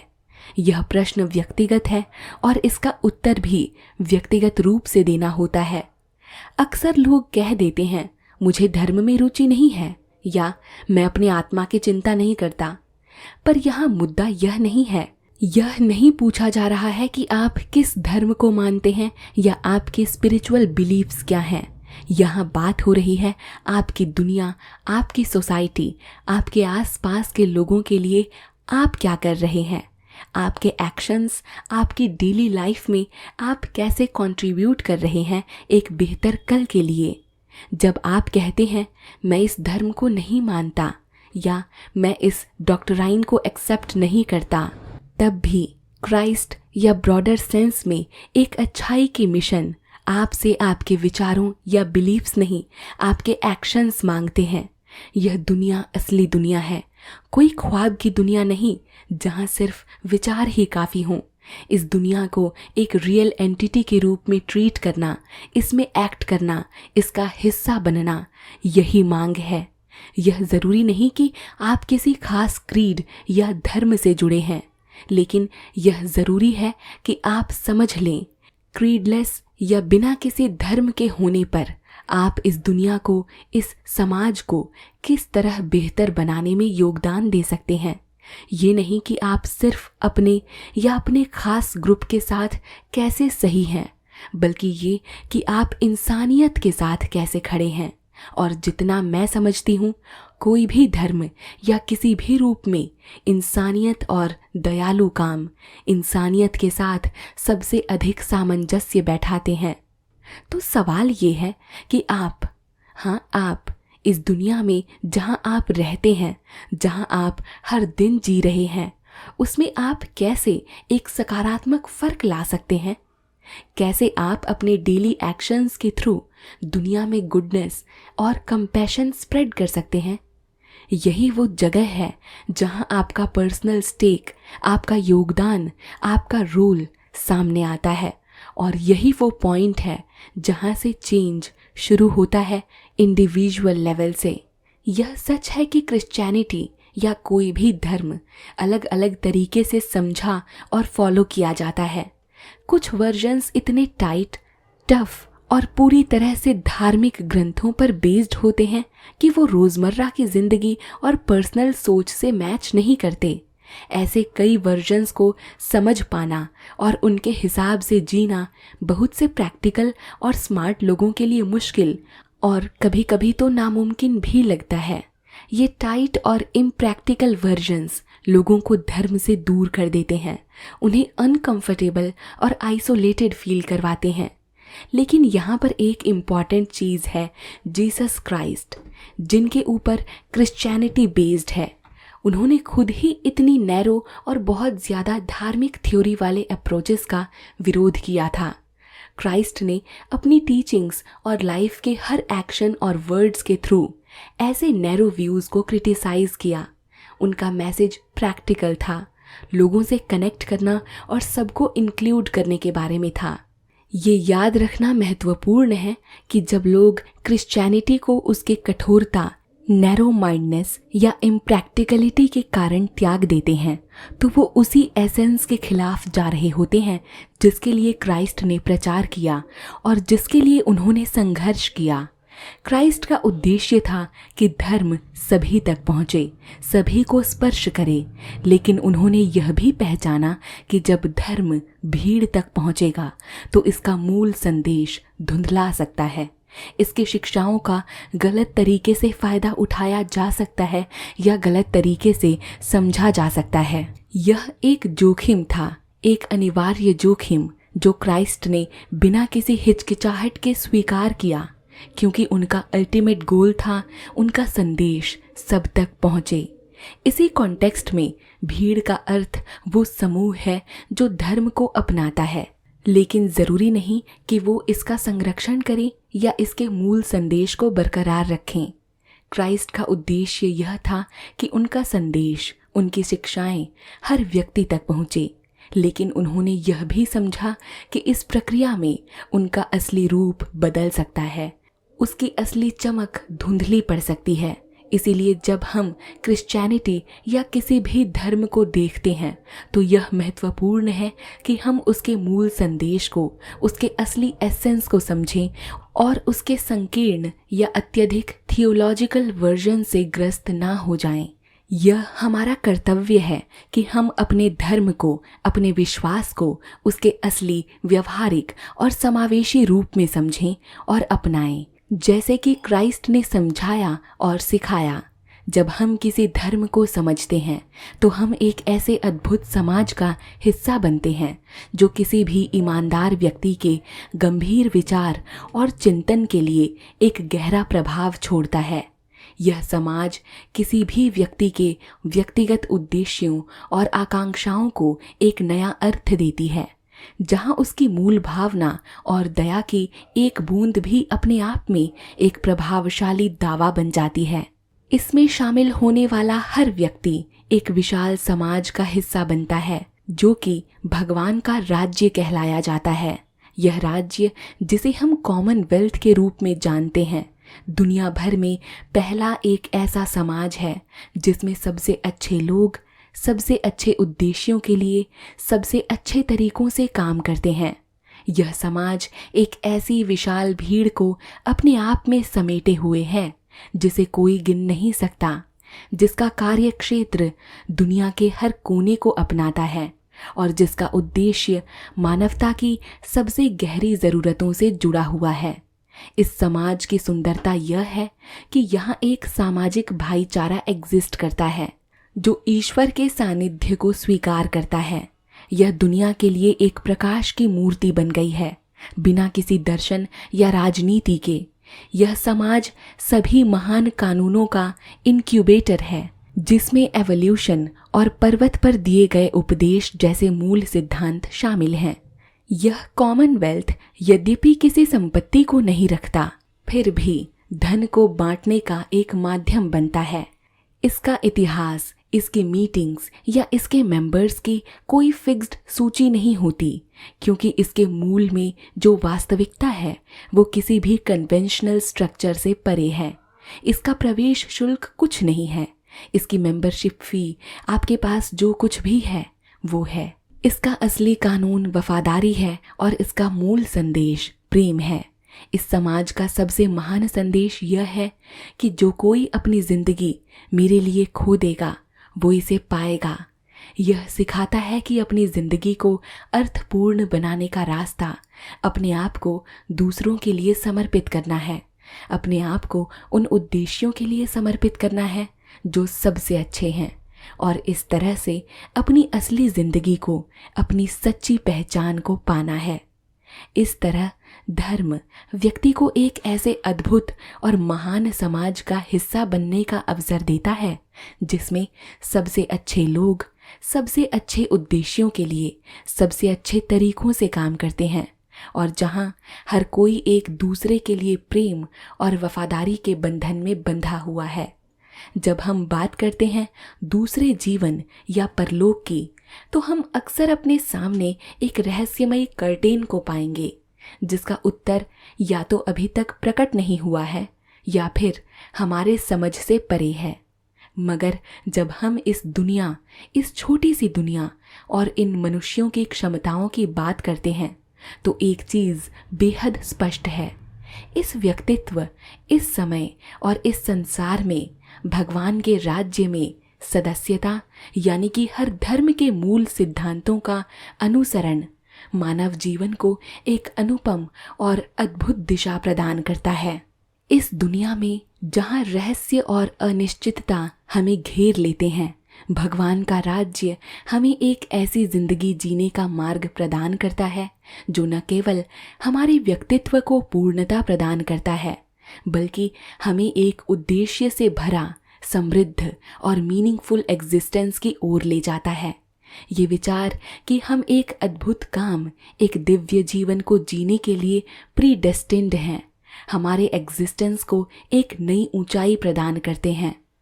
अगर हम सोचें कि इस छोटी सी जिंदगी के लिए क्या सच में कुछ बेहतर हो सकता है जो आदमी के लिए भगवान के राज्य में सदस्यता से अधिक महत्वपूर्ण हो, तो शायद हमें कोई उत्तर नहीं मिलेगा, क्योंकि इस सदस्यता के माध्यम से हम एक ऐसे पथ पर चलते हैं जो हमें अपने असली स्वरूप से जोड़ता है, एक ऐसे जीवन की ओर ले जाता है जो भगवान द्वारा प्रेरित और मानवता के प्रति प्रेम से ओतप्रोत है।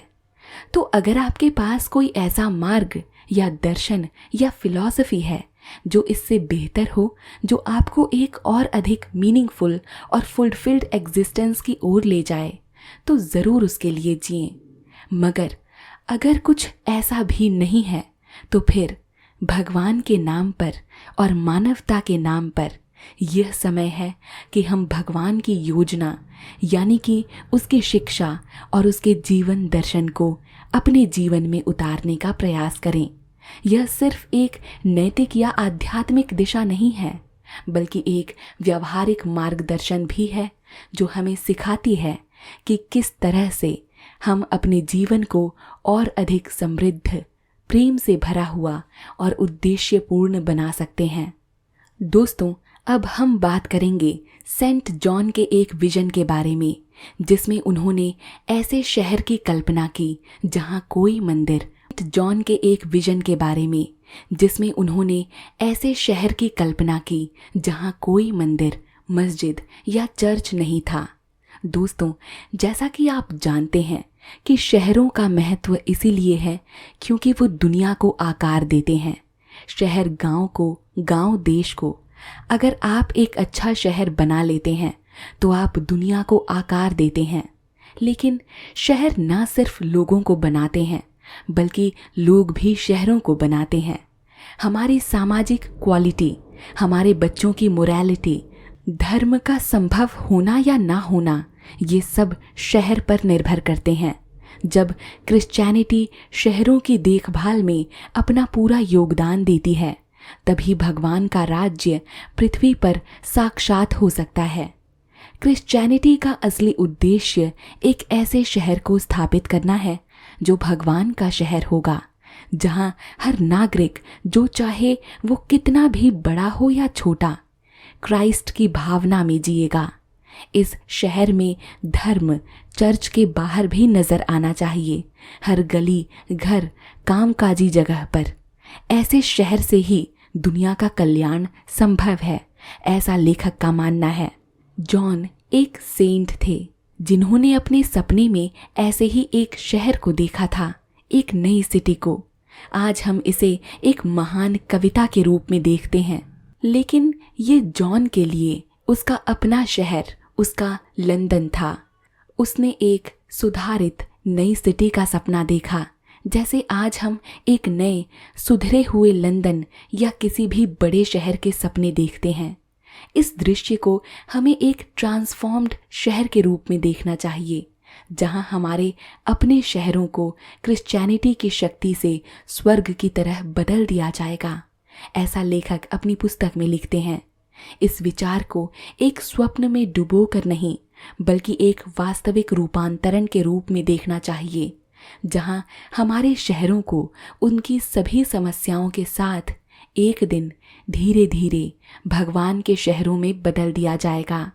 यह सुधारकों, समाज सेवकों, अर्थशास्त्रियों और राजनेताओं के लिए एक महान क्लासिक है, जो दुनिया भर के शहरों का एक नया सुधारित भविष्य दिखाता है।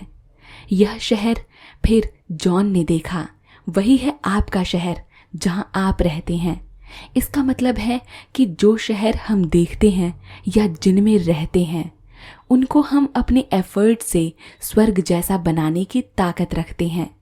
चाहे वो London, Berlin, New York, Paris, Melbourne हो या कैलकाटा, हर शहर में एक पोटेंशियल है कि वो स्वर्ग की तरह बन सकता है, और कुछ हद तक यह ट्रांसफॉर्मेशन शुरू भी हो चुका है। जॉन ने एक ऐसा विजन देखा था जिसमें हर शहर स्वर्ग जैसे सुंदर और शांतिपूर्ण थे। यह विजन सिर्फ एक ख्याल नहीं है, यह एक लक्ष्य है जो हम सबको साकार करना चाहिए। हर एक व्यक्ति हर रोज या तो इस गोल को अचीव करने में मदद कर रहा होता है या फिर इसे रोकने में। हर छोटी सी कोशिश, हर नेक काम, हर पॉजिटिव थॉट इस शहर को स्वर्ग बनाने की दिशा में एक कदम होते हैं। इसका यह भी मतलब है कि जब हम भगवान में विश्वास रखते हैं और उसकी टीचिंग्स को फॉलो करते हैं तो हमें ये पावर मिलती है कि हम अपने आसपास की जगह को बेहतर बना सकें। यह कहना चाहते हैं कि कंस्ट्रक्शन यानी निर्माण कभी नहीं रुकता जब तक हम में विश्वास है। जो लोग इस निर्माण में लगे हैं उनका प्रभाव उन लोगों से कहीं ज़्यादा होता है जो नेगेटिव सोचते हैं या प्रोग्रेस को रोकने की कोशिश करते हैं। यानी कि जब तक हम में विश्वास है तब तक हमारा पॉजिटिव इम्पैक्ट हमेशा नेगेटिव फोर्सेस को ओवर पावर करेगा। यह केवल शहरों या फिजिकल स्ट्रक्चर्स तक सीमित नहीं है, यह एक ब्रॉडर कॉन्सेप्ट है जो हमारे पर्सनल डेवलपमेंट, हमारी कम्युनिटीज़ और अल्टीमेटली पूरी दुनिया के ट्रांसफॉर्मेशन को इंक्लूड करता है। हर एक ब्रिक जो हम इस इमेजिनरी सिटी में लगाते हैं वो हमारे फेथ, हमारे गुड डीड्स और हमारी पॉजिटिव थिंकिंग से बनी होती है। और अंत में यह विश्वास और ऐसे ही जीने का तरीका ही असली क्रिश्चियनिटी है। यानी कि क्रिश्चियनिटी सिर्फ चर्च जाने या प्रेयर्स करने तक सीमित नहीं है, यह एक वे ऑफ लाइफ है जिसमें हम हर दिन, हर मोमेंट अपने आसपास की दुनिया को बेहतर बनाने में कंट्रीब्यूट करते हैं। यह एक कॉल टू एक्शन है कि हम सब मिलकर अपने शहरों, अपनी कम्युनिटीज़ और अल्टीमेटली पूरी दुनिया को एक बेहतर जगह बनाते हैं जैसे कि भगवान ने सोचा था।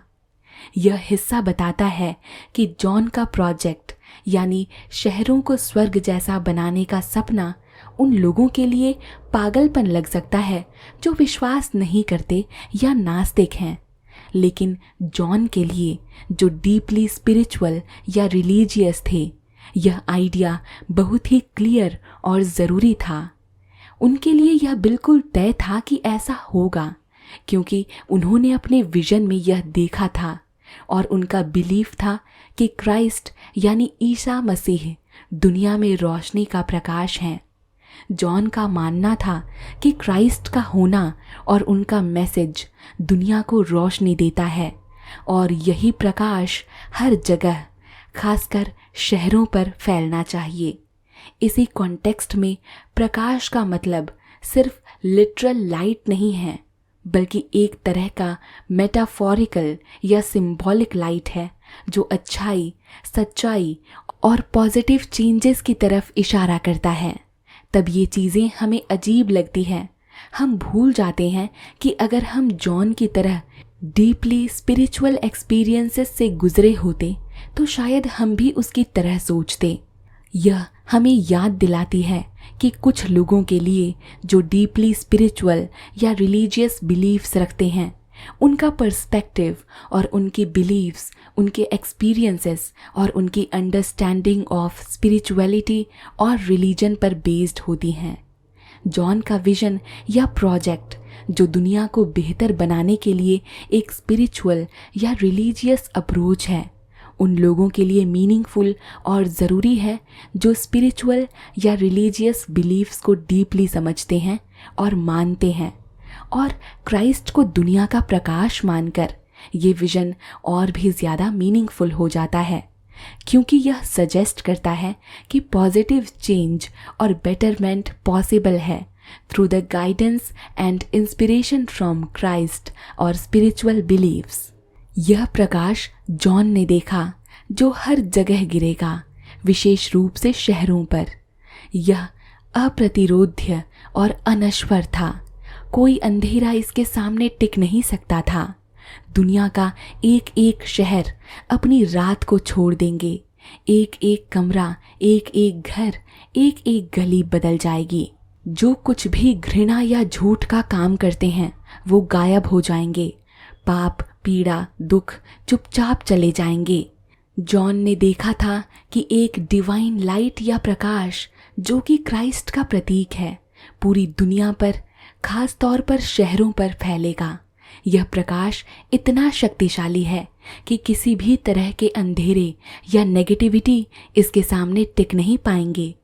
इसका मतलब है कि दुनिया के हर एक शहर, हर घर, हर गली में जो भी नेगेटिविटी है, जैसे कि नफरत, झूठ, पाप, दुख या पीड़ा, सब खत्म हो जाएंगे। यह एक सिंबॉलिक तरीके से दिखाता है कि कैसे अच्छाई या डिवाइन गुडनेस हर जगह फैल जाएगी। ये सब मिलकर एक पिक्चर पेंट करते हैं जिसमें एक डिवाइन फोर्स या भगवान की शक्ति से दुनिया ट्रांसफॉर्म हो जाती है। एक ऐसी जगह में जहाँ शांति, सुंदरता और हार्मनी है, जहाँ हर तरह की बुराई, दुख और पाप मिट चुके हैं। यह एक सपना है जो स्पिरिचुअल बिलीव्स और होप पर बेस्ड है।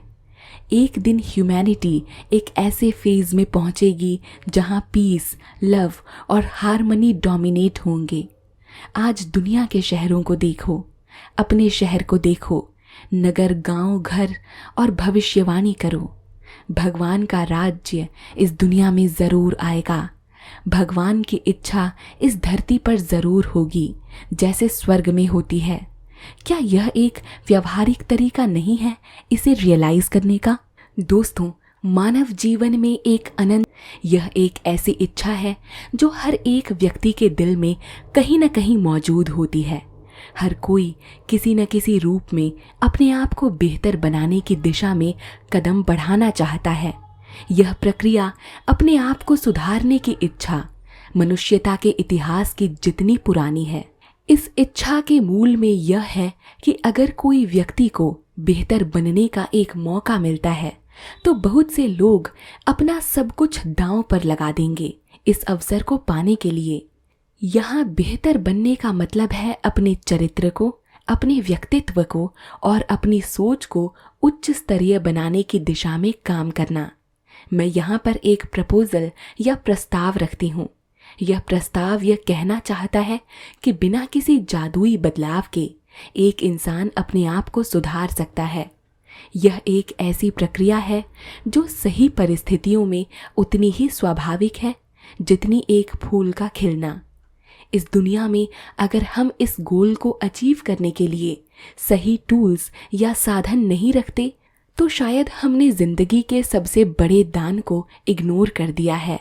यह विचार यह है कि मनुष्य इसीलिए बना है कि वो बढ़े, इवॉल्व करे, ना कि वो एक ही जगह पर रुके रहे। यह प्रक्रिया सिर्फ एक विचार या कल्पना नहीं है। यह कुछ ऐसा है जिसे व्यावहारिक रूप से अचीव किया जा सकता है। कुछ प्रक्रियाएं और तरीके हैं जो पहले से ही मौजूद हैं, जो हमें इस दिशा में मदद करती हैं। हालांकि ये तरीके गलत नहीं हैं, लेकिन शायद वो पूरी तस्वीर को नहीं समझाते। यह ज़रूरी है कि हम इन तरीकों पर विचार करें, लेकिन यह समझने के लिए कि यह सबसे अच्छा संभव कार्य नहीं कर सकते, हमें और भी आगे बढ़ना होगा। इसीलिए यह समझना महत्वपूर्ण है कि मानव विकास और सुधार एक कॉन्टिन्यूअस जर्नी है, जिसमें हर एक व्यक्ति अपने आप को और अपने समाज को बेहतर बनाने की दिशा में काम कर सकता है। तो बात यह है कि लोग सोचते हैं कि अगर उनके पास मजबूत संकल्प या इच्छा शक्ति है तो वो अपने आप को या अपनी स्थिति को सुधार सकते हैं, लेकिन केवल यह सोच अधूरी है। संकल्प और इच्छा शक्ति जरूरी हैं, लेकिन ये अकेले किसी व्यक्ति की जिंदगी में गहरे बदलाव लाने के लिए काफी नहीं है। इसका एक उदाहरण है जिसमें एक जहाज एट्रूरिया मध्य अटलांटिक में अचानक रुक गया क्योंकि इंजन्स में कुछ गड़बड़ी आ गई थी। जहाज पर 500 योग्य पुरुष थे, लेकिन क्या आप सोचते हैं अगर वो सब मिलकर जहाज के मास्ट के खिलाफ धक्का देते तो जहाज आगे बढ़ सकता था? यह एक प्रकार का व्यर्थ प्रयास था। यह दिखाता है कि किसी भी बड़ी समस्या या चैलेंज का सामना करने के लिए केवल मनुष्य को अपने प्रयास और संकल्प पर्याप्त नहीं होते। जब कोई व्यक्ति अपने आप को केवल अपने प्रयास से सुधारने की कोशिश करता है तो वो उस डूबे हुए आदमी की तरह होता है जो अपने ही बाल पकड़कर खुद को पानी से बाहर उठाने की असंभव कोशिश करता है। यह दिखाता है कि हम अपने बलबूते पर, अपने संकल्प और इच्छा शक्ति के दम पर अपनी समस्याओं से बाहर नहीं निकल सकते। क्राइस्ट ने भी इस तरह के प्रयास को व्यर्थ बताया था जब उन्होंने कहा, तुम में से कौन विचार करके अपने कद में 1 फीट जोड़ सकता है। यह बताता है कि कुछ चीजें हैं जो हम अपने आप से, अपने संकल्प से नहीं कर सकते। यह समझना महत्वपूर्ण है कि आत्मनिर्भर विधि यानी केवल अपने आप पर निर्भर रहकर सुधरने की कोशिश एक अधूरी विधि है। जो लोग इस तरीके को अपनाते हैं वो जल्द ही महसूस करते हैं कि ये उन्हें उनकी मंजिल तक नहीं ले जा सकता। इसीलिए यह ज़रूरी है कि हम अपने संकल्प और इच्छा शक्ति के साथ साथ कुछ और भी उपाय तलाश करें जो हमें सच में सुधरने में मदद करे। एक और प्रयोगकर्ता कहते हैं, लेकिन ये मेरा तरीका नहीं है। मैंने अंधकार में जंगली संघर्ष का मूल्य देखा है। मैं एक सिद्धांत पर काम करता हूँ। मेरा प्लान ये नहीं है कि शक्ति को रैंडम प्रयास पर व्यर्थ करूं, लेकिन एक पाप पर एकाग्र करूं। एक समय में एक को लेकर और उसे लगातार क्रूसीफाई करके मैं अंत में सबको नाश करने की आशा करता हूँ। इसके अफसोस से 4 आपत्तियां हैं। एक बात तो ये है कि जीवन बहुत छोटा है। पाप का नाम लीजियन है। दूसरी बात, व्यक्तिगत पापों से निपटना समय के लिए बाकी प्रकृति को छुआ नहीं जाता। तीसरी जगह, एक विशेष पाप के साथ एकल युद्ध बीमारी के मूल और स्रोत को प्रभावित नहीं करता। अगर पाप के किसी एक चैनल को अवरोधित किया जाए तो अनुभव बताता है कि लगभग निश्चित रूप से प्रकृति के किसी और हिस्से से अधिक प्रवाह होता है। आंशिक रूपांतरण अक्सर ऐसे नैतिक रिसाव के साथ होता है। अंत में धर्म नेगेटिव्स में नहीं होता, इस पाप को रोकना और उस पाप को रोकने में। पूर्ण चरित्र कभी भी प्रूनिंग नाइफ के साथ नहीं बनाया जा सकता। एक और प्रयोगकर्ता कहते हैं, यहाँ एक व्यक्ति ने अपना अलग नजरिया पेश किया है। वो कहता है कि उसका तरीका ये है कि एक समय में एक पाप पर फोकस करें, उसको लगातार क्रूसीफाई या नाश करने का प्रयास करें और इस तरह से एक एक करके सभी पापों को खत्म करने की उम्मीद करता है। मगर इस अप्रोच में कुछ समस्याएं हैं। पहली समस्या यह है कि जिंदगी बहुत छोटी है और पापों की संख्या बहुत अधिक। मतलब इंसान के पास इतने सारे पापों से व्यक्तिगत तौर पर निपटने का समय ही नहीं है। यहाँ पर यह दिखाता है कि पापों की कोई लिमिट नहीं है। दूसरी समस्या यह है कि जब आप किसी एक व्यक्तिगत पाप से निपटते हैं तो इससे आपकी इस प्रकृति या पर्सनैलिटी पर फर्क नहीं पड़ता। आप एक पाप से लड़ रहे होते हैं लेकिन बाकी सब कुछ वैसे का वैसा ही रहता है। तीसरी बात, जब आप किसी एक विशेष पाप से लड़ते हैं तो ये उस बीमारी के मूल या रूट कॉज को नहीं छूता। मतलब अगर आप पाप के एक रास्ते को बंद भी कर देते हैं तो अनुभव यही दिखाता है कि प्रकृति अपने किसी और हिस्से से और ज्यादा शक्ति से वो पाप, गलत आदत फिर से बाहर आने लगती है। जैसे किसी नदी का एक रास्ता बंद कर दिया जाए तो वो किसी और जगह से अपना रास्ता बना ही लेगी। चौथी और अंत में, धर्म सिर्फ नकारात्मकता यानी पापों को रोकने के बारे में नहीं है। यह सिर्फ इस बात पर आधारित नहीं है कि आपने कौन सा पाप रोका और कौन सा नहीं। सच्चा चरित्र या पर्सनैलिटी का विकास सिर्फ ट्रिमिंग या कटिंग के द्वारा नहीं होता। यानी कि आप सिर्फ बुराइयों को काट कर या उनसे लड़कर अच्छा इंसान नहीं बन सकते। जरूरी है कि आप अपने अंदर अच्छाई को भी डेवलप करें, जो कि सिर्फ पापों से लड़ाई लड़ने से नहीं होता। इसीलिए इस अप्रोच में कुछ बेसिक समस्याएं हैं जो इसको एक सही या पूरा सॉल्यूशन नहीं बनाती। इस अप्रोच में एक तीसरा व्यक्ति अपना नजरिया पेश करता है। वो कहता है कि वो पापों से एक एक करके रोकने की बजाय गुणों को एक एक करके अपनाए या नकल करने की कोशिश करता है। इसका मतलब है कि वो अच्छाई को अपने व्यवहार में शामिल करने की कोशिश करता है, लेकिन ये कोशिश बनावटी हो जाती है। ये तरीका मैकेनिकल हो जाने का एक कारण ये है कि जब आप किसी गुण को सिर्फ बाहरी तौर पर नकल करते हैं तो ये असली और गहरी समझ या अनुभव के बिना होता है। जैसे एक तस्वीर और एक इनग्रेविंग में फर्क होता है, या एक असली फूल और एक कृत्रिम फूल में, वैसे ही असली गुण और उनके नकल किए गए वर्जन्स में फर्क होता है। इस तरीके का एक और समस्या यह है कि यह अक्सर एक ओवर बैलेंस्ड और नकली चरित्र को जन्म देता है। मतलब व्यक्तित्व में एक अजीब तरह का असंतुलन आ जाता है, जहां कुछ गुण बहुत अधिक विकसित हो जाते हैं जबकि अन्य पहलू उपेक्षित रह जाते हैं। इससे कुछ व्यक्ति एक तरफ से बहुत विकसित दिखते हैं लेकिन दूसरी तरफ से अधूरी और भूखी नजर आते हैं। उदाहरण के तौर पर, अगर कोई व्यक्ति सिर्फ विनम्रता की नकल करता है और इसे बाकी जीवन से अलग रखता है तो यह नाटक स्वरूप लग सकता है। ऐसे में व्यक्ति एक गुण को कितना अधिक महत्व दे देता है कि अन्य महत्वपूर्ण गुण भूल जाते हैं। जैसे बैलेंसिंग का समर्थक हो सकता है लेकिन फिर भी वो एक अच्छा व्यक्ति नहीं बन पाता क्योंकि उसका फोकस सिर्फ एक ही गुण पर होता है। इस विधि का मूल विचार यानी गुणों को अपनाना गलत नहीं है। प्रॉब्लम ये है कि इसका क्रियान्वयन या इम्प्लीमेंटेशन ऑफन गलत तरीके से होता है। चरित्र का विकास एक समग्र प्रक्रिया है जिसमें सभी गुणों का एक साथ संतुलन में विकास होना जरूरी है। किसी एक गुण पर अधिक ध्यान देना बाकी गुणों के विकास को नजरअंदाज कर देता है, जिससे एक संतुलित और पूर्ण व्यक्तित्व का निर्माण नहीं हो पाता। चौथी विधि एक जवान व्यक्ति के लिए खास तौर पर प्रयोग की जाने वाली एक टेक्निक का वर्णन करती है जो अर्नेस्टनेस और आत्म समीक्षा पर आधारित है। इस विधि में व्यक्ति अपने आप को और अपने चरित्र के विकास को ट्रैक करने के लिए एक प्राइवेट नोटबुक का यूज करता है।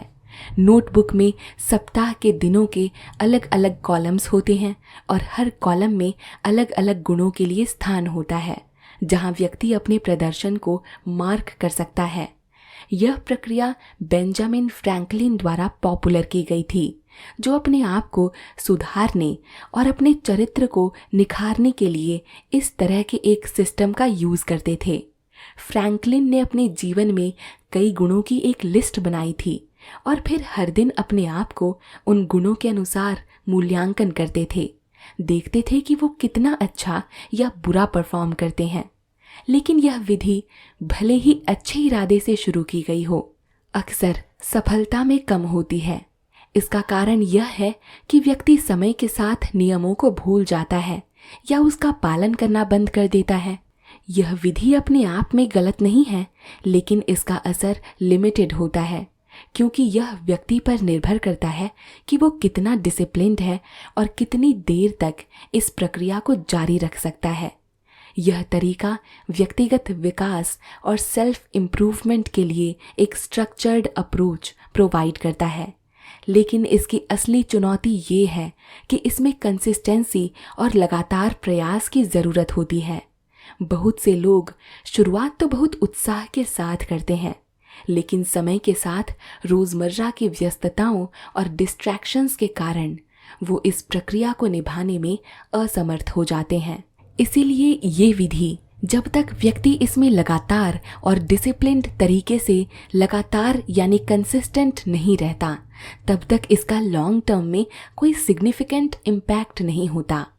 यह समझने में आसान है क्योंकि यह विधि कई लोगों के लिए कामयाब नहीं होती। यह नित्य जीवन की व्यस्तताओं और मनुष्य के स्वाभाविक प्रतिक्रियाओं के आगे अक्सर कमज़ोर पड़ जाती है। जो विधियां डिस्कस की गई हैं, आत्मनिर्भर विधि, आत्म क्रूसिफिकेशन विधि, मिमेटिक विधि और डायरी विधि, ये सब इंसानी सोच और प्रवृत्ति से उपजती हैं। ये सब तरीके बहुत ही स्वाभाविक और सहज लग सकते हैं, क्योंकि इनमें से हर एक विधि किसी न किसी तरह से हमारे स्वाभाविक व्यवहार या प्रतिक्रिया को दर्शाते हैं। इस तरीके को अपनाना आसान हो सकता है क्योंकि ये हमारी अंतरात्मा से जुड़ी हुई प्रतिक्रियाओं और सोच के पैटर्न्स को रिफ्लेक्ट करती हैं। लेकिन इन विधियों को अपनाने का मतलब ये नहीं कि इन्हें पूरी तरह से त्याग दिया जाए या इनकी अहमियत को कम समझा जाए। इनका असली नुकसान ये है कि ये विधियां सच्चे और गहरे बदलाव के मार्ग को धुंधला सकती हैं। ये तरीके एक फेयर या ठीक ठाक परिणाम तो दे सकते हैं, लेकिन जब हम परफेक्ट या उत्तम परिणाम की बात करते हैं तो ये अपर्याप्त साबित होते हैं। इसका मतलब ये है कि इन तरीकों को अपनाते समय हमें ये समझना चाहिए कि यह सिर्फ एक शुरुआती बिंदु है या एक माध्यमिक विकल्प है। असली गहरे और स्थायी परिवर्तन के लिए हमें कुछ और गहराई में जाना होगा, कुछ ऐसा जो इन सभी विधियों से परे हो। ये परफेक्ट विधि क्या है, इस पर विचार करना अब हमारा अगला कदम होगा। इस परफेक्ट विधि को समझना और अपनाना ही हमें सच में वो परिवर्तन लाने की ओर ले जा सकता है जिसका हम अन्वेषण कर रहे हैं, जो हमें सिर्फ एक टेम्पररी या सुपरफिशियल लेवल पर नहीं बल्कि एक गहरे और मीनिंगफुल लेवल पर बदलाव लाने में मदद करेगा। आज के डिस्कशन से हमें एक महत्वपूर्ण समझ प्राप्त होती है कि आत्म सुधार या स्पिरिचुअल ग्रोथ एक जटिल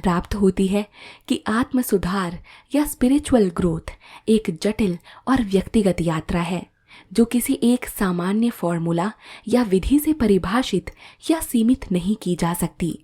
हमें आत्म सुधार के विभिन्न विधियों जैसे आत्मनिर्भर विधि, आत्म क्रूसिफिकेशन विधि, मिमेटिक विधि और डायरी विधि पर विचार किया, जो सभी मानव जीवन और अनुभवों से उत्पन्न होते हैं। ये विधियां अपने आप में इंसानी, स्वाभाविक और अनजान प्रक्रियाओं के रूप में एक सर्टेन हद तक अपर्याप्त साबित हुईं। इनका असली उद्देश्य व्यक्ति को बेहतर बनाने की दिशा में मार्गदर्शन करना है, लेकिन ये एक्नॉलेज किया गया है कि ये कंप्लीट या परफेक्ट सॉल्यूशंस नहीं हैं। इस तलाश में एक परफेक्ट विधि क्या हो सकती है? हमने ये समझा कि स्पिरिचुअल या धार्मिक बदलाव एक मैकेनिकल प्रोसेस की तरह निर्धारित नहीं की जा सकती, जैसे बिजली का उत्पादन। इसके बजाय यह एक डीपली पर्सनल और ऑफन नॉन लीनियर जर्नी है जो पर्सनल इंसाइट, एक्सपीरियंसेस और ट्रांसफॉर्मेशन पर निर्भर करती है। क्रिश्चियनिटी और अन्य धार्मिक टेक्स्ट हमें स्पिरिचुअल लॉज और प्रिंसिपल्स प्रोवाइड करते हैं जो स्पिरिचुअल ग्रोथ और ट्रांसफॉर्मेशन को गाइड करते हैं।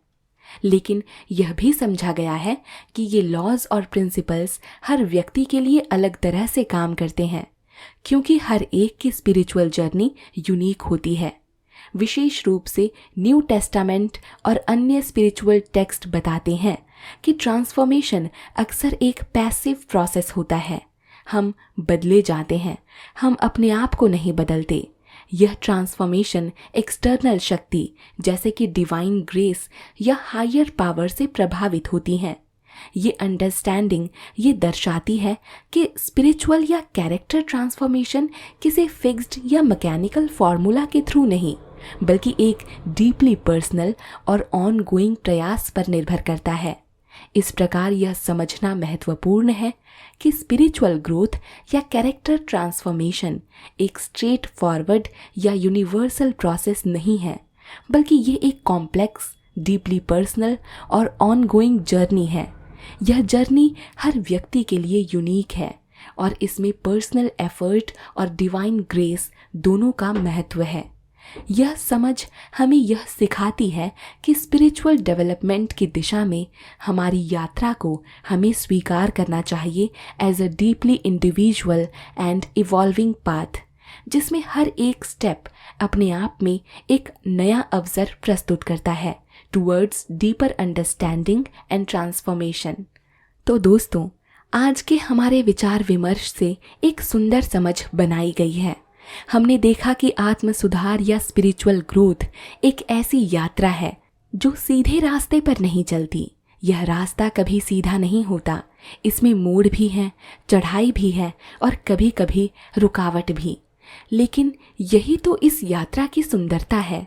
हर एक व्यक्ति की अपनी एक यूनिक जर्नी होती है जो उसके अपने एक्सपीरियंसेस, रिफ्लेक्शंस और डिवाइन ग्रेस पर निर्भर करती है। हमने ये भी समझा कि कोई एक फॉर्मूला या विधि इस यात्रा को डिफाइन नहीं कर सकते, ना ही कोई बुक, ना ही कोई गुरु और ना ही कोई ऐसी जर्नी जो अंदर से शुरू होती है। इस यात्रा में हम सभी यात्री हैं और हमारा लक्ष्य वो है एक बेहतर इंसान बनना, एक ऐसी दुनिया बनाने की दिशा में काम करना जहां प्रेम, दया और समझ का भाव व्याप्त हो। तो आइए हम सब मिलकर इस यात्रा को अपनाएं, अपने अपने रास्ते पर चलते हुए, लेकिन एक दूसरे का साथ न भूलें, क्योंकि साथ में चलने से यात्रा और भी सुखद और अर्थपूर्ण बन जाती है। यह यात्रा, यह सफ़र, यह क्वेस्ट फॉर स्पिरिचुअल ग्रोथ और कैरेक्टर ट्रांसफॉर्मेशन हमें याद दिलाता है कि जीने का असली अर्थ क्या है।